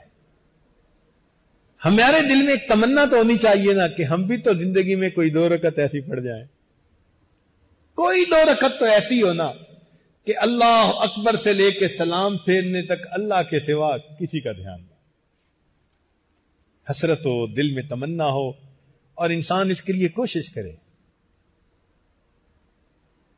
بغیر صحبت کے ہزاروں نفل پڑھنے کی کوشش کریں گے، یہ رکعت نصیب نہیں ہوگی۔ حتیٰ کہ بعض نوجوان بتاتے ہیں کہ حضرت ایک دفعہ ہم نے یہ نیت کی کہ ہم نے کچھ نہیں سوچنا، اور پوری نماز یہی سوچتے رہے کہ کچھ نہیں سوچنا۔ نفس اور شیطان انسان کے ایسے دشمن ہیں۔ تو حضوری والی نماز نصیب ہو جائے، میرے آقا کے اوپر جو احسان کی کیفیت تھی اس کی ایک جھلک ہمیں نصیب ہو جائے۔ نبی علیہ الصلوۃ والسلام اذان سنتے تھے، اللہ اکبر فرمایا کرتے تھے، ارہنی یا بلال، بلال میری آنکھوں کو ٹھنڈک پہنچاؤ، اذان دے دو۔ عائشہ صدیقہ رضی اللہ عنہا فرماتی ہیں کہ نبی علیہ السلام ہمارے درمیان ہوتے تھے، ہم باتیں کر رہے ہوتے تھے، اچانک مسجد سے اذان کی آواز آتی تھی، اللہ کے نبی صلی اللہ علیہ وسلم ایسے ہو جاتے تھے جیسے مجھے نہیں پہچانتے۔ میں سامنے آتی تھی تو فرماتے تھے من انتی، تو کون ہے؟ تو میں کہتی کہ بنت صدیق، ابو بکر صدیق، میں کہتے ہیں کہ صدیق کون ہے؟ میں سمجھ جاتی تھی کہ اب اذان کی آواز سن کر میرے آقا پر اللہ کی محبت کا ایسا غلبہ ہو گیا، اب نہیں یہ پہچانیں گے کسی کو جب تک نماز نہیں پڑھ لیں گے۔ ہمارے اوپر بھی ایک ایسی کیفیت ہو۔ چنانچہ جو تعلیمات نبوی ہیں یہ نبی علیہ السلام کی مبارک زبان سے صادر ہوئی، صحابہ نے کان سے سنی، اور یہ علم آگے چلا، اس کو علم شرائع کہتے ہیں، حدیث کی شکل میں۔ اور جو کیفیات نبوی تھیں وہ صحابہ نے آپ کی صحبت میں بیٹھ کر سیکھی، وہ دل سے دل میں منتقل ہوئی، وہ دل سے دل میں منتقل ہوئی۔ اب اگر کوئی پوچھے جی کہ یہ کیفیات کہاں سے آ گئی، بھائی سنو، حنظلہ رضی اللہ تعالیٰ عنہ گھر میں بیٹھے ہیں، سوچتے ہیں کہ جو دل کی حالت میرے آقا کی صحبت میں ہوتی ہے، گھر میں بیوی بچوں کے اندر وہ تو نہیں ہوتی۔ کہنے لگے او ہو نافق حنظلہ، نافق حنظلہ، حنظلہ منافق ہو گیا۔ چل پڑے نبی علیہ السلام کی خدمت میں۔ راستے میں صدیق اکبر عنہ سے ملاقات ہوئی، پوچھا بھائی کہاں جا رہے ہو؟ کہنے لگے جی حنظلہ تو منافق ہو گیا۔ پوچھا کیوں؟ کہنے لگے جو کیفیت وہاں ہوتی ہے وہ گھر میں نہیں ہوتی۔ صدیق اکبر عنہ نے فرمایا بھائی یہ حالت تو ہماری بھی ہے، اور چلتے ہیں پوچھتے ہیں۔ جا کے نبی علیہ الصلوۃ والسلام سے پوچھا تو نبی علیہ الصلوۃ والسلام نے فرمایا کہ حنظلہ یہ کیفیت ہر وقت اگر تمہاری رہے تو راستے میں اللہ کے فرشتے اتر کر تمہارے ساتھ مصافحہ کیا کرے۔ تو کبھی کبھی ایسی کیفیت آتی ہے، سمجھا دیا۔ اب یہاں طالب علم کے ذہن میں سوال پیدا ہوتا ہے کہ کیا گھر میں ایمان کم ہوتا تھا اور نبی علیہ السلام کی صحبت میں ایمان پورا ہو جاتا تھا؟ طالب علم کے ذہن میں سوال تو آتا ہے نا، نہیں ایسا نہیں تھا، ایمان پورا ہی تھا۔ فرق یہ ہے کہ سمندر کے اوپر کچھ دن ایسے ہوتے ہیں جب بالکل خاموش ہوتی ہے سطح، پانی میں کوئی مد و جزر نظر نہیں آتی، اور جب چاند پورا ہوتا ہے 14ویں کا تو ہائی ٹائیڈ کا وقت آ جاتا ہے۔ وہ ایسا وقت ہوتا ہے کہ 25 50 فٹ لہریں اچھل کے پڑ رہی ہوتی ہیں۔ بھائی سمندر کا پانی بڑھ تو کوئی نہیں گیا، سمندر میں ہیجان آ گیا، سمندر کے اندر مد و جزر آ گئی۔ صحابہ کے ایمان کی یہی کیفیت تھی، گھر میں جاتے تھے تو پرسکون نظر آتا تھا لیول، میرے آقا کی خدمت میں آتے تھے وہ چاند سامنے ہوتا تھا، مد و جزر ہو جاتی تھی، ہائی ٹائیڈ محسوس ہوتی تھی۔ اللہ والوں کی صحبت میں بھی یہی ہوتا ہے کہ انسان ان کی صحبت میں آتا ہے تو اس کو اپنے ایمان کے اندر ایک حرارت محسوس ہو جاتی ہے۔ چنانچہ تعلیمات نبوی کو علم الشرائع کہا گیا، اور یہ جو کیفیات نبوی ہیں ان کو علم الاحسان کہا گیا۔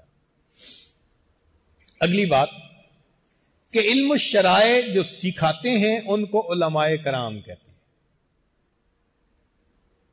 اور جو علم الاحسان سکھاتے ہیں ان کو مشائخ کرام کہتے ہیں۔ چنانچہ علماء کرام جانتے ہیں کہ کتاب و سنت پر غور و خوض کر کے جنہوں نے مسائل کا استنباط کیا ان کو فقہ کا امام کہتے ہیں۔ وہ اپنے وقت کے ائمہ مانے گئے، محدثین نے ان کی پیروی کی، محدثین نے ان کے قول پر عمل کیا۔ کیوں؟ وہ فقہا تھے، انہوں نے قرآن مجید اور احادیث کے سمندر میں غوطے لگا کر ہیرے اور موتی نکالے اور علماء کے سامنے پیش کیے۔ یہ استنباط عین شریعت کے مطابق تھا۔ قرآن مجید میں لفظ ہے یستنبطونہ من، کہ یہ اہل علم کے پاس آتے تو وہ استنباط کر لیتے اس بات کا۔ چنانچہ علم الشرائع میں جنہوں نے غور خوض کر کے مسائل کا حل نکالا ان کو فقہا کہا گیا، اور اپنے وقت کا ان کو امام مانا گیا۔ اور جنہوں نے علم الاحسان میں غور و خوض کر کے روحانی بیماریوں کے علاج کے جوابات نکالے ان کو بھی اپنے وقت کا امام اور اپنے وقت کے مشائخ کہا گیا۔ چنانچہ کتاب و سنت رنگ ہے اور علماء رنگ فروش ہے۔ جو آتا ہے اس کو اس رنگ کے بارے میں پوری تفصیل دے دیتے ہیں، یہ رنگ ہی دے دیتے ہیں، لیکن ایک ہوتا ہے رنگ فروش، رنگ تقسیم کرنے والا، اور ایک ہوتا ہے رنگ ریز، رنگ چڑھانے والا۔ یہ رنگ چڑھانے والا اور ہوتا ہے۔ بازاروں میں رنگ ریز کی دکان ہوتی ہے، آپ کوئی کپڑا لے کر جائیں بھئی یہ رنگ ڈال دیں اس میں، وہ رنگ چڑھا دیتے ہیں۔ تو کتاب و سنت رنگ ہے، علماء کرام رنگ فروش ہیں، اور مشائخ عظام یہ رنگ ریز ہے۔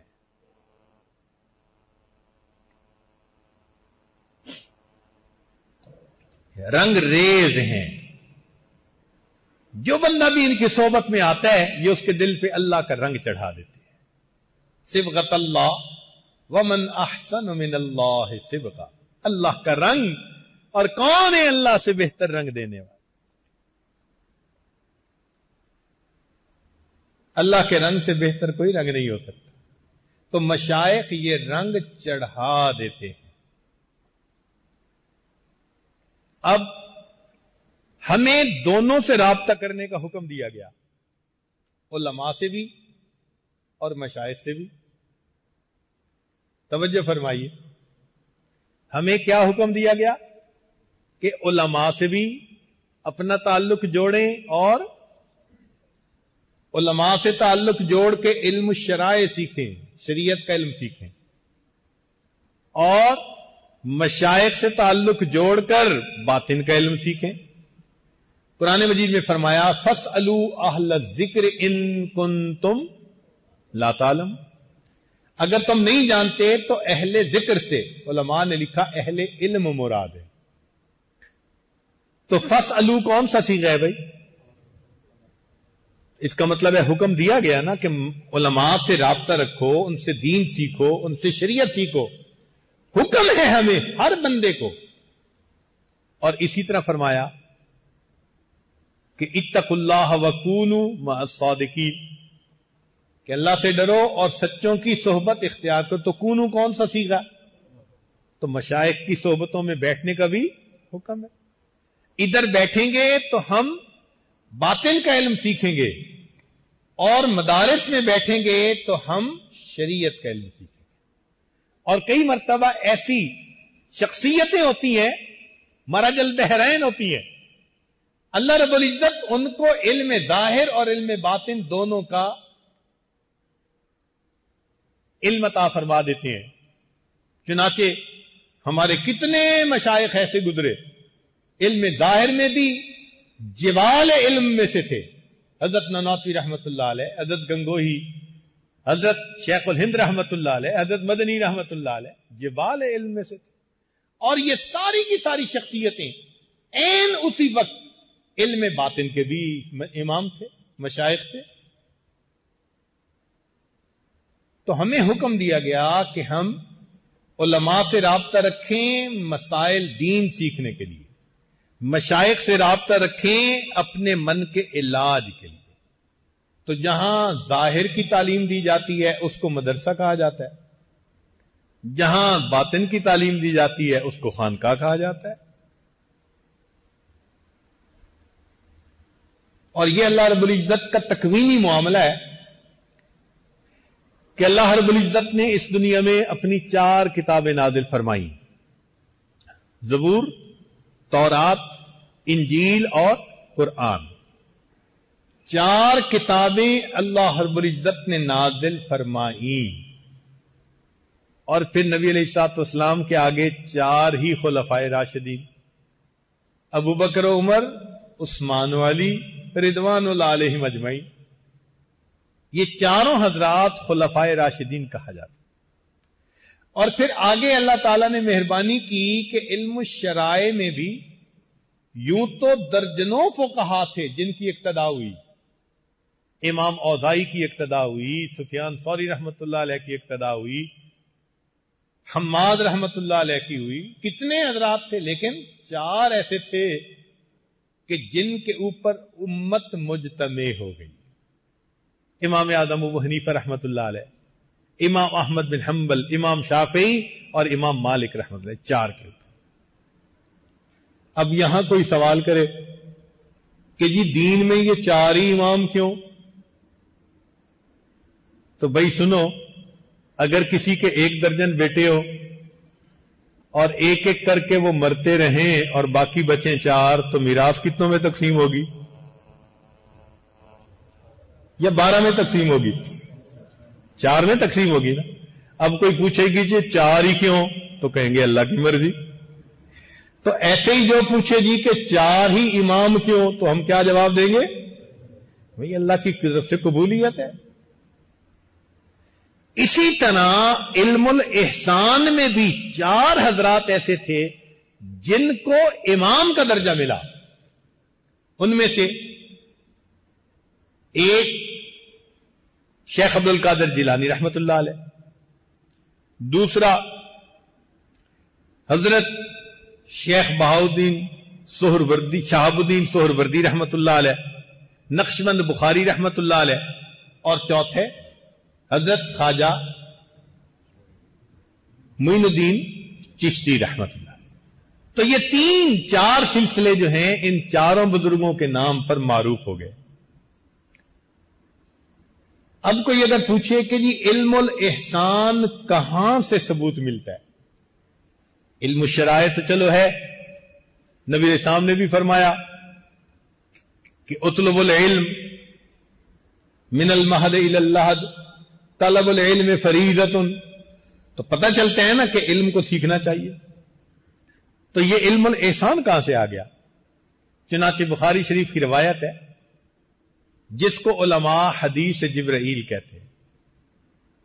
عمر اللہ عنہ اس کے راوی ہیں، وہ فرماتے ہیں کہ ہم بیٹھے ہوئے تھے، ایک آدمی آیا، کپڑے بھی بڑے سفید تھے اور بال بھی بڑے کالے تھے، کوئی مٹی کا نام و نشان نہیں تھا.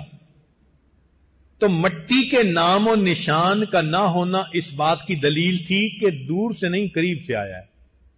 بھئی سفر دور کا کر کے آتا تو مٹی ہوتی، کوئی آثار نظر آتے ماندہ درماندگی کے، تھکاوٹ کے، وہ تو بڑا ہی فریش. اس طرح سے آیا تو ہمیں محسوس ہوا کہ یہ قریب کا آدمی ہے. لیکن جتنے لوگ بیٹھتے تھے پہچانتا کوئی بھی نہیں تھا. تو سمجھ آتی تھی کہ یہ قریب کا نہیں ہے. بھئی کوئی تو پہچانتا، کس قبیلے کا، کس شہر کا، کوئی بھی نہیں پہچانتا تھا. تو کہنے لگے ہم بڑے حیران ہو گئے. وہ آئے اور نبی علیہ السلام کے سامنے اس طرح سے بیٹھ گئے، رکبتن الی رکبتئی، محبوب صلی اللہ علیہ وسلم کے جو گھٹنے تھے نا ان کے گھٹنوں کے ساتھ گھٹنے ملا دیے، ماشاءاللہ. اور پھر نبی علیہ السلام سے سوال پوچھا، مل ایمان؟ نبی علیہ السلام نے جواب دیا. جب جواب دیا تو وہ کہنے لگا، صدقتا، آپ نے سچ کہا. ہم اور ہے نا، یا اللہ پوچھ رہا ہے جیسے پتہ نہیں، اور صدقتا کہہ رہا ہے جیسے پہلے سے پتہ ہے. پھر دوسرا سوال اس نے پوچھا، مل اسلام؟ نبی علیہ السلام نے پھر جواب دیا، کہنے لگا صدقتا، آپ نے سچ فرمایا. پھر تیسرا سوال پوچھا، مل احسان؟ احسان کیا ہے؟ تو نبی علیہ السلام نے فرمایا، ان تعبد اللہ کا انک تراہ، کہ تو اللہ کی عبادت ایسے کر جیسے تو دیکھتا ہے. فإن لم تکن تراہ فإنہ یراک، اور اگر تجھے یہ کیفیت نصیب نہیں تو ایسے عبادت کر کہ جیسے اللہ تجھے دیکھتا ہے. یہ جو ہے نا، اس کو احسان کہا گیا، مل احسان کے ساتھ. اللہ نے اس کا نام احسان پسند کیا. بعد میں صحابہ کرام تو چونکہ حیران تھے کہ یہ بندہ آیا اور سوال پوچھ کے چلا گیا، تو نبی علیہ السلام نے فرمایا، ھذا جبرائیل، یہ جبرائیل تھے، اتاکم، یہ آئے تھے، یعلمکم دینکم، تمہیں تمہارا دین سکھانے کے لیے. کہ بعض باتیں بندہ خود نہیں پوچھ سکتا، اللہ نے سبب بنا دیا باتیں کھلنے کا. تو اب دیکھیے نبی علیہ السلام کیا فرماتے ہیں، یعلمکم دینکم، تمہیں تمہارا دین سکھانے کے لیے. تو علم الاحسان دین ہے یا نہیں؟ کیوں جی؟ یعلمکم دینکم. اب جو بندہ کہے جی کہ یہ بدعت ہے، تو سمجھ لگ گئی نا کہ مبلغ علم ان کا کتنا ہے. پتہ چل گیا نا کہ ان کا حدیث کا اور قرآن کا علم ہے کتنا بیچارہ. ھذا جبرائیل، یہ جبرائیل تھے، آئے تھے، یعلمکم دینکم، تمہیں تمہارا دین سکھانے کے لیے. تو یہ باطن کی صفائی، تزکیہ، علم الاحسان دین ہے، یہ کوئی الگ چیز نہیں ہے.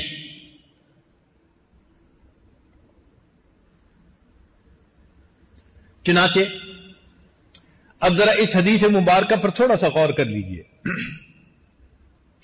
کہ 3 مین سوال پوچھے گئے، ایک ایمان سے متعلق، اور دوسرا اسلام سے متعلق، اور تیسرا احسان سے متعلق. ایمان سے متعلق، اور دوسرا اسلام سے متعلق، اور تیسرا احسان سے متعلق. اب ذرا توجہ فرمائیں کہ ایمان سے متعلق جو باتیں ہوتی ہیں وہ ماننے کی باتیں ہوتی ہیں. کیا ہوتی ہیں؟ ماننے. ایمان کہتے ہی ماننے کو ہے. تو ایمان سے متعلق جو باتیں تھیں وہ کیا باتیں تھیں؟ ماننے کی باتیں. اسلام کے متعلق جو باتیں تھیں وہ کرنے کی باتیں. اسلام سے متعلق جو باتیں تھیں وہ کیا تھیں؟ کرنے کی باتیں. اور احسان سے متعلق جو باتیں تھیں وہ تھیں سمجھنے کی باتیں. وہ کون سی تھیں؟ سمجھنے کی باتیں. اب انسان کا ایمان تو ہو بغیر سمجھ کے تو وہ کمزور ہوتا ہے نا، اور سمجھ کے ایمان ہو تو وہ زیادہ مضبوط ہوتا ہے. چنانچہ ایک صاحب مناظرہ کرنے لگے،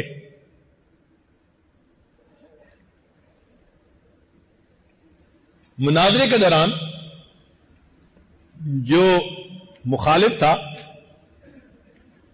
اس نے کہا جی تھوڑی دیر کے لیے میں مسلمان اپنے آپ کو سمجھتا ہوں، تم اپنے آپ کو کافر سمجھو.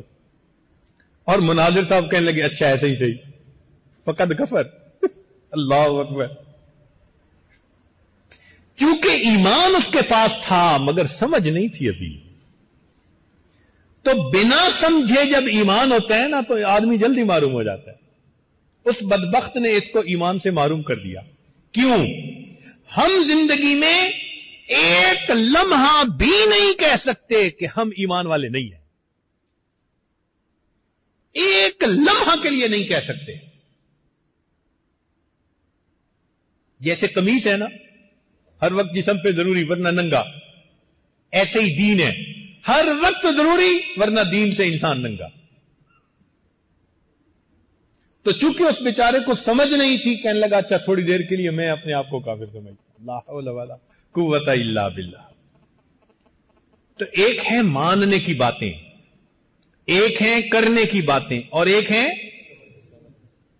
جب سمجھ کر ایمان لایا جاتا ہے نا تو وہ ایمان مضبوط ہوتا ہے. اور جو بے سمجھے کی باتیں ہوتی ہیں تو محروم ہونا، جس کو قیمت کا پتہ ہی نہیں وہ کیسے حفاظت کرے گا. وہی شیخ سعدی رحمتہ اللہ علیہ والی بات ہے نا. کہتے ہیں میں بچہ تھا، والدہ نے سونے کی انگوٹھی بنا کے پہنا دی، میں باہر نکلا تو ٹھگ آ گیا. اس کے پاس گڑ تھا، اس نے گڑ کی ڈلی چکھائی. کہتے ہیں سناؤ کیسی ہے؟ میں نے کہا بڑی میٹھی ہے. کہتے ہیں اپنی انگوٹھی کو چوسو. میں نے چوسی تو اس میں کوئی لذت ہی نہیں تھی. کہنے لگا میٹھی چیز لے لو اور پھیکی چیز دے دو. میں تیار ہو گیا، چنانچہ گڑ کی ڈلی لے لی اور سونے کی انگوٹھی دے دی. جو بے سمجھے ایمان لائے گا نا اس کا یہی حال ہوگا کہ جلدی معروم ہو جائے گا. اس لیے یہ احسان انسان کے ایمان کی حفاظت کا سبب ہے. جس کو احسان والی وہ کیفیت حاصل ہوگی وہ کبھی ایمان سے محروم نہیں ہو سکتا. سمجھ کے ایمان لایا.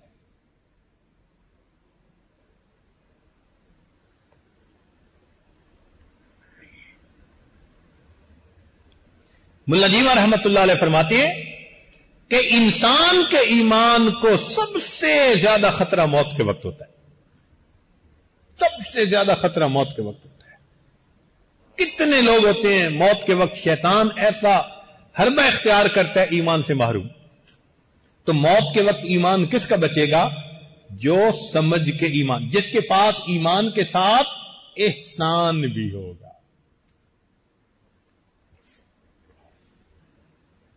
اس وقت یہ ظاہری دلیلیں نہیں چلتی. امام راضی رحمت اللہ علیہ اللہ رب العزت کے وجود پر 100 دلیلیں انہوں نے قائم کی. کہتے ہیں کہ جب موت کا وقت آیا تو شیطان بدبخت آ گیا. کہتے ہیں کہ راضی خدا تو موجود نہیں ہے. انہوں نے کہا دلیل ہے. تو امام راضی نے ایک دلیل دی، اس مردود نے دلیل کو توڑ دیا. انہوں نے دوسری دلیل دی، اس نے توڑ دیا. تیسری دلیل دی. یہی ہوتا رہا حتیٰ کہ امام راضی رحمت اللہ علیہ نے 100 دلیلیں دی، اس نے 100 دلیلوں کو توڑا. تو امام راضی رحمت اللہ گھبرا گئے. مگر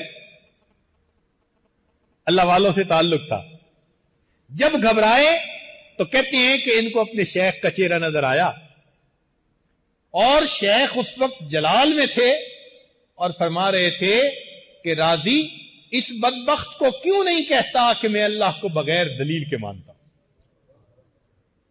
اللہ، ایمان محفوظ ہو گیا. اس کے توڑ نہیں تھا شیطان کے پاس. تو موت کے وقت شیطان کا حملہ سب سے زیادہ شدید ہوتا ہے، اور اس وقت جس کے پاس ایمان کے ساتھ احسان بھی ہوگا اس کا ایمان محفوظ. اس لیے ہمارے اکابر موت کے وقت ہنستے مسکراتے دنیا سے چلے جاتے.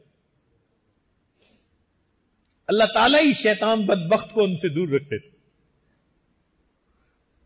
اپنے پیاروں کے قریب ڈاکو چوروں کو کوئی نہیں آنے دیتا. اللہ تعالیٰ بھی اپنے پیاروں کے قریب موت کے وقت اس شیطان بدبخت کو نہیں آنے دیتے. تو ایمان ہمیشہ کے لیے، ایک سیکنڈ کے لیے ہم نہیں کہہ سکتے کہ ایمان والے نہیں ہیں. بستہ بستن سے بندھنے سے، اور ایمان بندھنے کا دوسرا معنی ہے. لہذا ہم ہمیشہ کے لیے اللہ کی غلامی میں جکڑے ہوئے ہیں. ہمیشہ کے لیے ایک ایک لمحہ کے لیے ہم اللہ کی غلامی میں جکڑے ہوئے ہیں.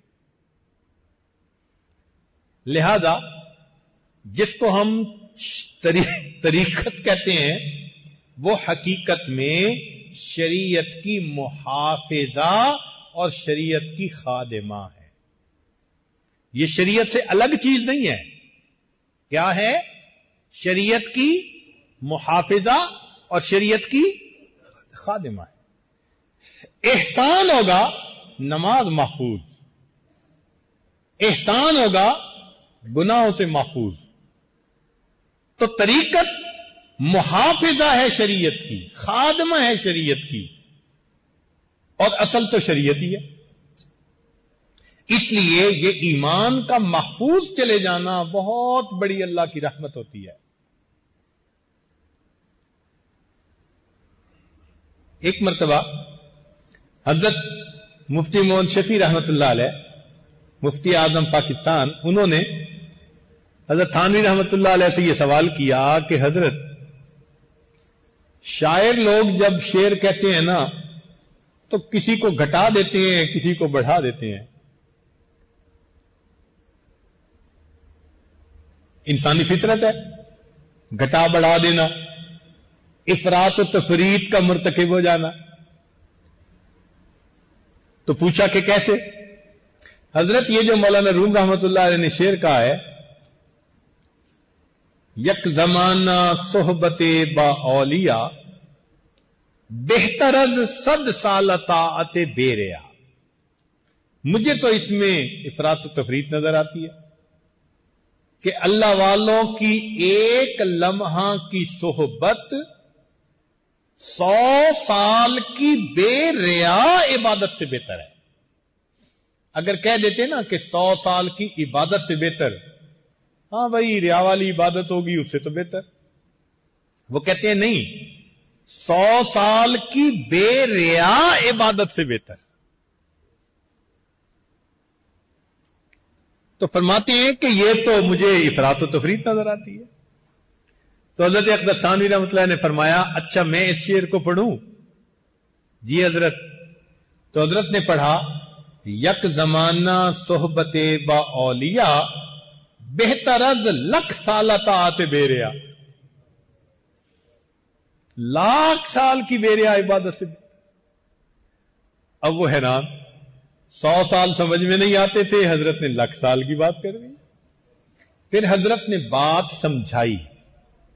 حضرت نے فرمایا کہ دیکھو، 1,00,000 سال اگر کوئی بندہ عبادت کرے، اس کو اپنے ایمان کے محفوظ لے جانے کا یقین ہے. یقین تو کسی کو نہیں نہ ہو سکتا کہ پتہ نہیں موت کے وقت کیا ہوگا. دیکھیں شیطان بدبخت نے کتنی عبادت کی تھی، ہزاروں سال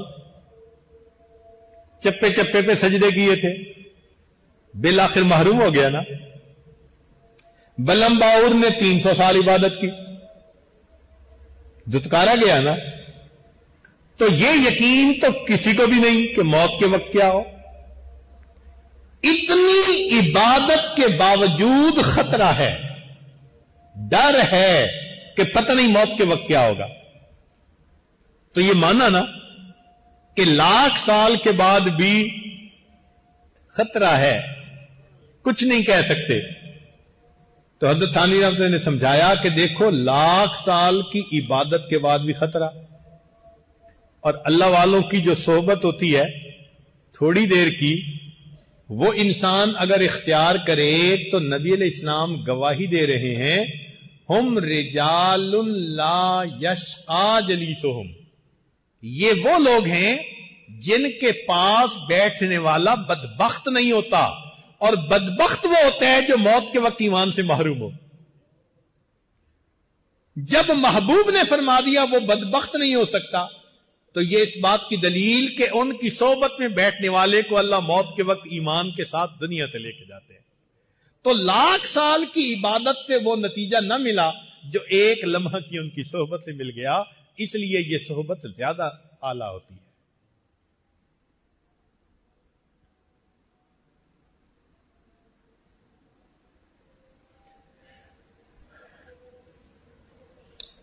جو کہتے ہیں جی کہ یہ بدعت ہے، کہاں سے آ گئی؟ تو ان سے اتنی سی بات پوچھنے کی ضرورت ہے کہ انما الاعمال بالنیات، اعمال کا دار و مدار کس پر ہے؟ تو نیت کو صحیح کرنا پھر ضروری ہوا کہ نہ ہوا؟ تو وہ بیچارے بخاری شریف کا نام تو لیتے ہیں، پہلی حدیث ہی پڑھ لیتے غور سے۔ پہلی حدیث بتا رہی ہے کہ اعمال کا دار و مدار کس پر ہے، اور نیت کو خالص کرنا، اسی کا نام تو تصوف ہے۔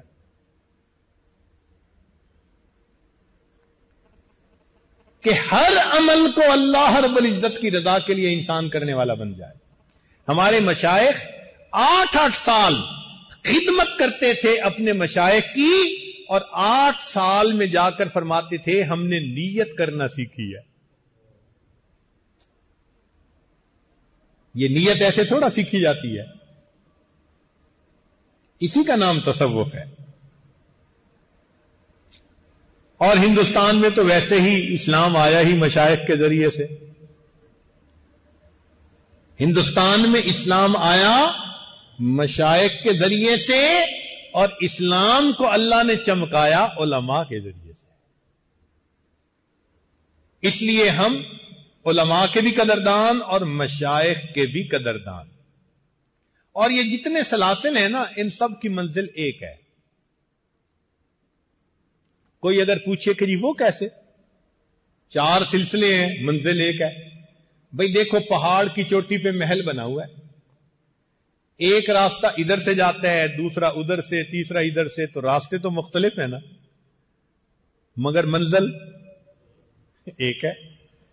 اسی طرح یہ 4 راستے محسوس ہوتے ہیں، مگر ان سب کی منزل ایک ہے۔ شیخ الاسلام رحمت اللہ علیہ فرماتے تھے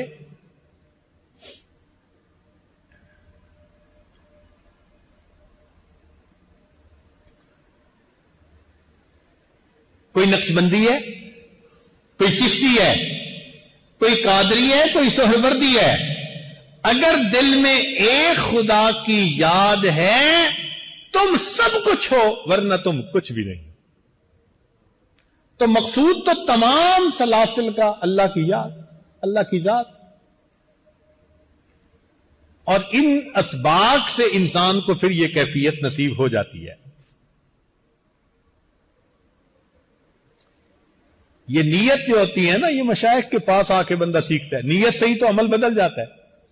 چنانچہ مولانا یحییٰ رحمۃ اللہ علیہ جو حضرت شیخ الحدیث رحمۃ اللہ کے والد تھے، ان کا ایک عجیب واقعہ ہے کہ گرمیوں کا موسم آتا تو عصر سے مغرب چونکہ مدرسے میں چھٹی ہوتی تھی تو وہ چلے جاتے تھے ایک کنویں پر، اور وہاں جا کے بیٹھ جاتے تھے، اور طالب علم کو کہتے تھے کہ میرے اوپر ڈول بھر بھر کے ڈالتے جاؤ، ڈول بھر بھر کے ڈالتے جاؤ۔ تو طلباء ڈالتے جاتے تھے سینکڑوں ڈول پانی کے۔ تو ایک ہمسایہ تھا حضرت کا، وہ ایک دن کہنے لگا کہ مولانا ہمیں تو کہو اسراف ہوئے، خود کرتے جاؤ۔ کہ مولانا ہمیں تو کہتے ہو کہ یہ اسراف ہے، بھئی سینکڑوں ڈول ڈال رہے ہیں اور خود اسراف کر رہے ہیں۔ تو وہ چونکہ قریبی بھی تھا اور بے تکلفی بھی تھی، تو وہ کہتا تھا کہ ہمیں تو کہو مولانا کہ اسراف ہوئے اور خود کرتے جاؤ۔ تو حضرت آگے سے جواب دیں کہ میرے لیے جائز، تیرے لیے حرام۔ وہ اور پریشان کہ یہ عجیب بات ہے کہ کہتے ہیں میرے لیے جائز، تیرے لیے حرام۔ تو ایک دن وہ کہنے لگا کہ مولانا سمجھا دیں کہ کیسے آپ کے لیے جائز، میرے لیے حرام۔ تو فرمایا کہ میں عالم اور تو جاہل، میں عالم ہوں میرے لیے جائز، تو جاہل ہے تیرے لیے حرام۔ وہ بڑا ضد ہوتا تھا۔ ایک دن منت کرنے کھڑا ہو گیا، آج تو سمجھائی دے۔ تو پھر مولا نے ان کو بات سمجھائی، فرمایا کہ اچھا تم یہاں کنویں پہ آتے ہو تو کس نیت سے آتے ہو؟ نہانے کی نیت سے آتا ہوں۔ فرمایا تیرے لیے بس یہی حکم ہے کہ 5-10 ڈول کے اندر اندر نہاؤ اور جاؤ، زیادہ کرو گے تو اسراف ہوگا۔ تو اس نے کہا آپ کیا کرتے ہیں؟ کہنے لگے میں تو بیمار آدمی ہوں، گرمی کے موسم میں ٹھنڈک حاصل کرنے کی نیت سے آتا ہوں، اب 1000 ڈول بھی ڈال دیں گے تو میرے لیے جائے، کیونکہ ٹھنڈک حاصل کر رہا ہوں نا، میں تو نہانے کی نیت نہیں کرتا۔ اب دیکھو چھوٹا سا عمل ہے، اسی عمل کو ایک عام آدمی کرتے ہیں تو شریعت اسراف کا حکم لگا کے حرام کہتی ہے، اسی عمل کو ایک عالم کرتا ہے لیکن ٹھنڈک بیماری دور ہونے کا سبب سمجھ کر شریعت اس کی اجازت دے دیتی ہے۔ تو معلوم ہوا نیت کو سیکھنا تو پھر ضروری ہے۔ تو مشائخ کی صحبتوں میں آ کے یہی نیتیں سیکھی جاتی ہیں۔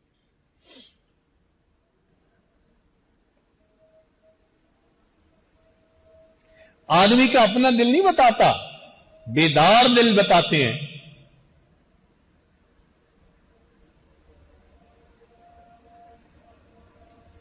چلے ایک دو مثالیں اور دے دیتے ہیں۔ آپ دیکھیں کہ آج کل مختلف عمارات میں لفٹ لگی ہوئی ہے،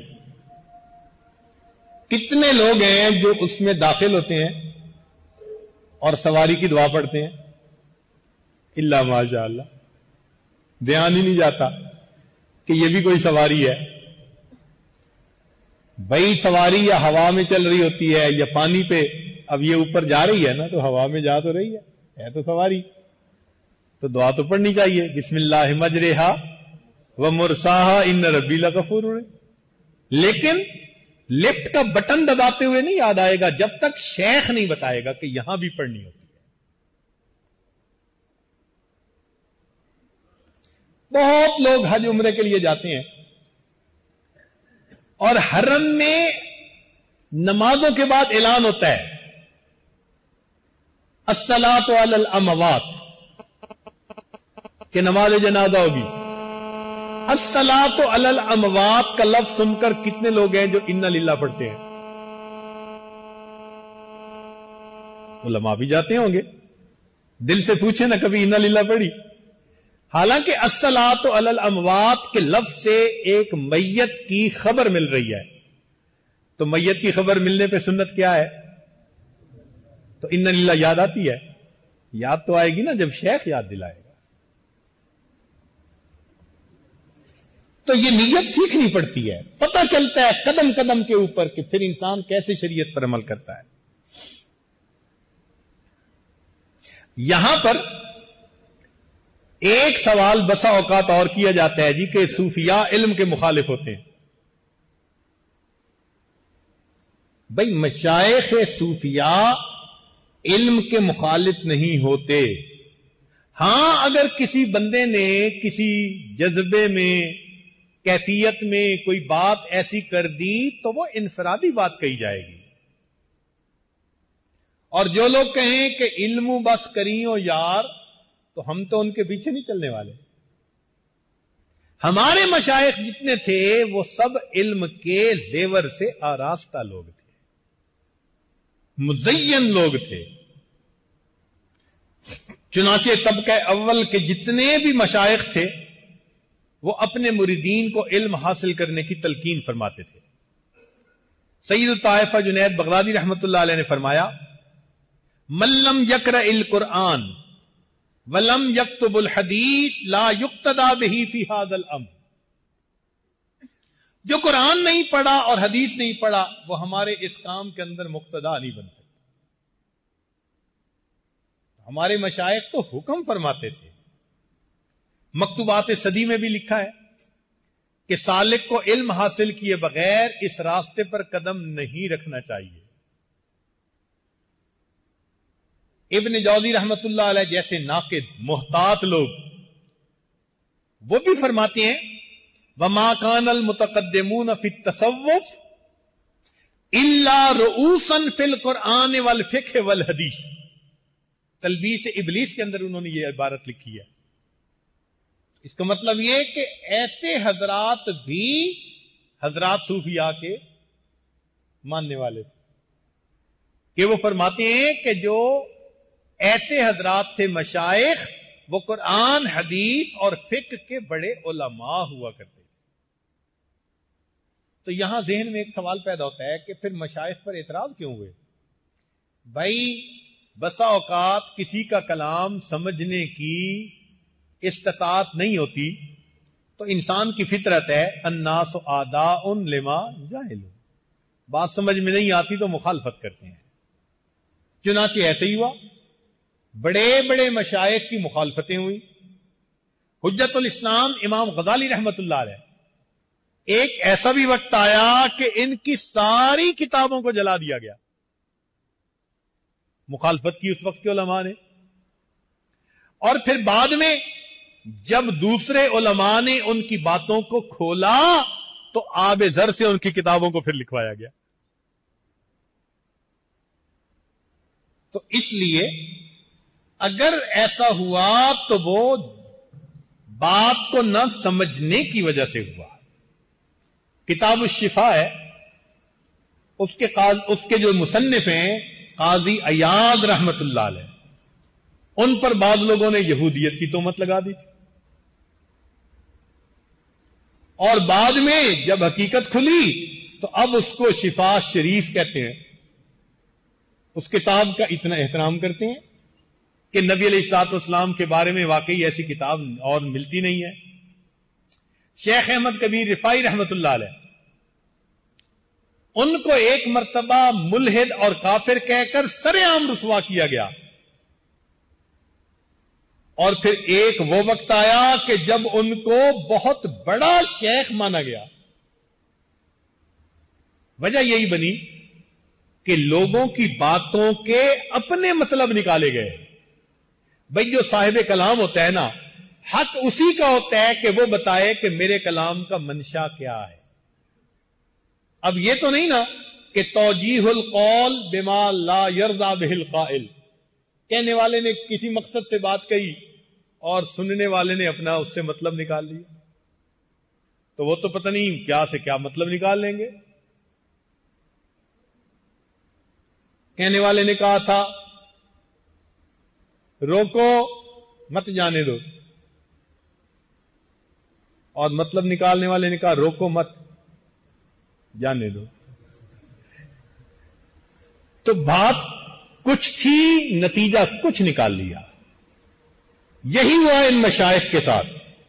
چنانچہ اللہ رب العزت نے مختلف ادوار میں ایسی عبقری شخصیات کو پیدا کیا کہ جنہوں نے ان مشائخ کا دفاع کیا. ابن جوزی رحمت اللہ علیہ نے صفوۃ الصفوہ کتاب لکھی. علامہ شمس الدین ذہبی رحمت اللہ علیہ نے سیر اعلام النبلاء کتاب لکھی. عبد الرحمن جامی نے نفحات الانس لکھی. شیخ عبد الحق محدث دہلوی رحمت اللہ علیہ نے اخبار الاخیار کتاب لکھی. اور علامہ عبد الوہاب شیرانی رحمت اللہ علیہ نے الطبقات الکبریٰ کتاب لکھی. اور ان کتابوں میں انہوں نے ان مشائخ کی زندگیوں کو کھولا. نتیجہ کیا ہوا کہ لوگوں کے ذہنوں میں جو شکوک و شبہات تھے سب کے سب ختم ہو گئے. اللہ نے اس پاک بعض جماعت کے دفاع کا خود انتظام فرما دیا. اور تصوف کے اوپر جو اور اعتراضات تھے تو امام ربانی حضرت مجدد الثانی رحمت اللہ علیہ نے آ کر ان تمام اعتراضات کی مٹی کو صاف کر دیا. چنانچہ ان کے مکاتیب کو پڑھ کر دیکھیے، واقعی انہوں نے شریعت اور سنت کے تلازم کو سامنے رکھا. پتہ چلتا ہے کہ ہم کسی صاحب علم بندے کی بات کو پڑھ رہے ہیں. قریب کے زمانے میں حضرت اقدس تھانوی رحمت اللہ علیہ علم ظاہر بھی اللہ نے دیا کہ 2000 سے زیادہ کتابیں لکھی، اور علم باطن سے بھی اللہ نے نوازا. چنانچہ حضرت تھانوی رحمت اللہ کی جو تفسیر ہے بیان القرآن، اگر آپ اس کا حاشیہ پڑھیں تو اس کے اوپر مسائل سلوک کے نام سے قرآن کی آیات سے جو سلوک کے مسائل نکلتے ہیں ان کو کھولا گیا. حیران ہوتا ہے بندہ پڑھ پڑھ کے کہ واقعی اللہ والوں کو کیا معرفت حاصل ہوتی ہے اللہ کے قرآن کی. ہمارا راستہ اعتدال کا راستہ ہے. ہمارا راستہ اعتدال کا راستہ ہے. ہم علم کے اتنا بھی نہیں پیچھے پڑتے کہ مشائخ کو ہم برا سمجھیں، اور مشائخ کے بھی اتنا پیچھے نہیں لگتے کہ علم کو برا سمجھیں. یہ راستہ کیا ہوا؟ اعتدال کا راستہ ہوا. در کفے جامع شریعت، در کفے سندان عشق، ہر ہوس ناکے ندانن جام و سندہ باختن. ہر بندہ یہ کام نہیں کر سکتا.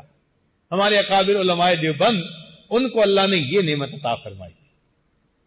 چنانچہ ہمارے مشائخ جب مسند حدیث پر بیٹھتے تھے تو اسقلانی اور کستلانی کی یادیں تازہ کر دیتے تھے، اور جب مسند حدیث پر بیٹھتے تھے تو جنید اور با یدید نظر آیا کرتے تھے. دونوں نعمتیں اللہ نے ان کو عطا فرمائی تھی. ہمارا راستہ یہ اعتدال کا راستہ ہے. اس لیے ہمارے مشائخ نے فرمایا کہ تصوف کا مقصد 3 باتیں ہیں. To cut the story short, بات کو مختصر کریں نا، کہ تصوف کا مقصود کیا ہے؟ کتنی باتیں ہیں؟ 3 باتیں ہیں. کون کون سی؟ خوف خدا، خوف خدا، اتباع مصطفیٰ. خوف خدا، اتباع مصطفیٰ اور مخالفت نفس و ہوا. یہ 3 باتیں پورے تصوف کا نچوڑ ہے. کوئی کہہ سکتا ہے کہ یہ 3 باتیں شریعت کے علاوہ ہیں؟ خوف خدا، اتباع مصطفیٰ صلی اللہ علیہ وسلم، اور تیسری چیز مخالفت نفس و ہوا. جس کو یہ 3 چیزیں حاصل ہیں اس کو تصوف کو مقصود حاصل ہے. اور یہی مقصود ہے کہ اللہ والوں کی صحبت میں رہ کے یہ چیز نصیب ہو جائے. چنانچہ حضرت تھانوی رحمۃ اللہ سے کسی نے پوچھا کہ حضرت تصوف کا مقصود کیا ہے؟ تو حضرت تھانوی رحمۃ اللہ نے عجیب جواب دیا. فرمایا کہ تصوف کا مقصود یہ ہے کہ انسان کے رگ رگ اور ریشے ریشے سے گناہوں کا کھوٹ نکل جائے. رگ رگ اور ریشے ریشے سے گناہوں کا کھوٹ نکل جائے. چنانچہ وقت کے بڑے بڑے علماء انہوں نے آ کے مشائخ سے بیعت کی. علامہ شامی رحمت اللہ علیہ کے شیخ مولانا خالد رومی، مولانا خالد کردی رحمت اللہ علیہ، انہوں نے عبداللہ دہلوی رحمت اللہ علیہ سے بیعت کی. قاضی ثناء اللہ پانی پتی رحمت اللہ علیہ، انہوں نے مرزا مدر جانے جانا رحمت اللہ علیہ سے بیعت کی. حضرت نانوتوی رحمت اللہ علیہ، گنگوہی رحمت اللہ علیہ، شیخ الہند رحمت اللہ علیہ، انہوں نے حضرت حاجی امداد اللہ مہاجر مکی رحمت اللہ علیہ سے بیعت کی. ہمارے ہاں جامعہ شرفیہ کے بانی حضرت مفتی محمد حسن رحمت اللہ علیہ، حضرت تھانوی رحمت اللہ علیہ سے جا کر.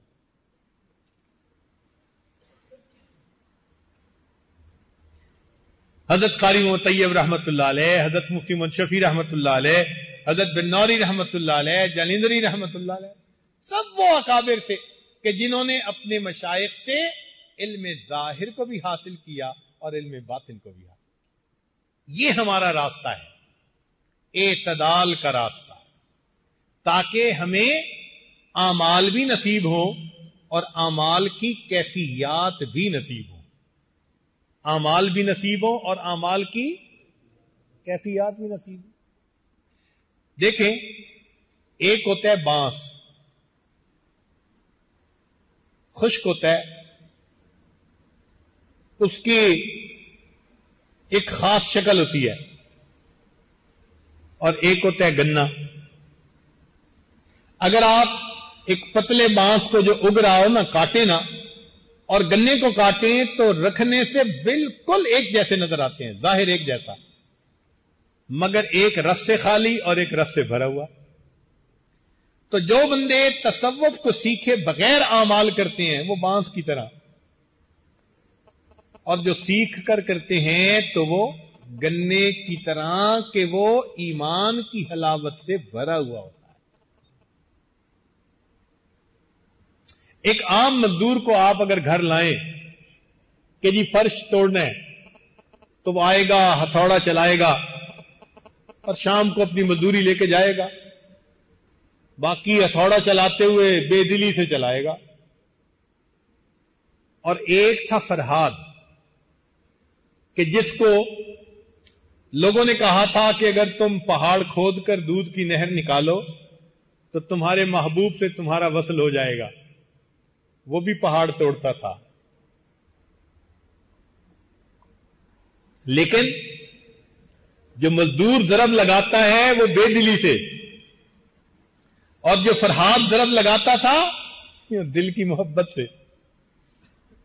کہنے والے نے کہا ہر ضرب تیشا ساغرے کیفے وصال دوست، کہ جب فرحاد ضرب لگاتا تھا تو ہر تیشے کی ضرب پر اس کو لگتا تھا میں اپنے محبوب کے وصل کا جام پی رہا ہوں. ہر ضرب تیشا ساغرے کیفے وصال دوست، فرحاد میں جو بات ہے مزدور میں نہیں. آج ہم مزدور والی نمازیں پڑھتے ہیں اور اللہ والے کہتے ہیں کہ آؤ فرحاد والی نمازیں پڑھ لو. یہ بے ذوق سجدے، یہ بے سرور نمازیں کب تک پڑھتے رہیں گے؟ اپنے من کو صاف کریں اور پھر ہمیں ایسی نماز نصیب ہو کہ ان تعبد اللہ کأنک تراہ فإن لم تکن تراہ فإنہ یراک. اللہ تعالی ہمیں اپنے دلوں کو جگانے کی توفیق عطا فرمائے. دل مردہ دل نہیں ہے، اسے زندہ کر دوبارہ، کہ یہی ہے امتوں کے مرض کہن کا چارہ. چنانچہ ہمارے مشائخ نے فرمایا کہ نہ ہم نے رونا ہے نہ رلانا ہے، نہ ہم نے رونا ہے نہ رلانا ہے، نہ اڑنا ہے نہ اڑانا ہے، ہم نے تو بس روٹھے یار کو منانا ہے. یہ تصوف کا مقصود ہے، اللہ راضی ہو جائے. اور اللہ راضی ہوتے ہیں جب انسان کے دل میں خوف خدا ہو اور اس کے اعمال میں اتباع مصطفیٰ ہو اور مخالفت نفس و ہوا. چنانچہ اللہ تعالی ہمیں اپنی اصلاح کی تڑپ عطا فرما دے. جب دل میں آگ لگ جاتی ہے نا، پھر بندے کو واقعی اپنی اصلاح کے لیے وقت گزارنا آسان ہوتا ہے. اسی مقصد کے لیے آپ تشریف لائے ہیں. گزارش ہے کہ یہ جو 1 ہفتہ کا وقت ہے، اس میں آپ حالات پر تبصرے بازی، ایک دوسرے کے ساتھ تبادلہ خیالات، اس میں وقت ضائع نہ کریں. جس مقصد کے لیے آئے ہیں اس مقصد کو سامنے رکھیں. کثرت ذکر کریں کم از کم ان دنوں میں، چونکہ یہ وقت لے کے آ گئے. اور جو اعمال ہیں اجتماعی، بیانات ہیں، مراقبہ، مشائخ کے جو اوراد ہیں، ان میں آپ جڑتے رہیں. امید ہے کہ 1 ہفتہ آپ اس روٹین میں وقت گزاریں گے تو آپ کو جانے سے پہلے اپنے دل کی حالت میں تبدیلی محسوس ہوگی. اللہ رب العزت من کی بیماریوں کو ختم فرما دے، ہمیں اپنی سچی محبت عطا فرما دے. وآخر دعوانا ان الحمدللہ رب العالمین. تھوڑی دیر مراقبہ کر لیجئے، آنکھوں کو بند کر لیجئے، سر کو جھکا لیجئے. میرا دل مچل رہا ہے تیری یاد میں الہی، تیرے نام نے تو دل میں ایک آگ ہے لگائی. میرا دل مچل رہا ہے تیری یاد میں الہی، تیرے نام نے تو دل میں ایک آگ ہے لگائی. میرا دل مچل رہا ہے.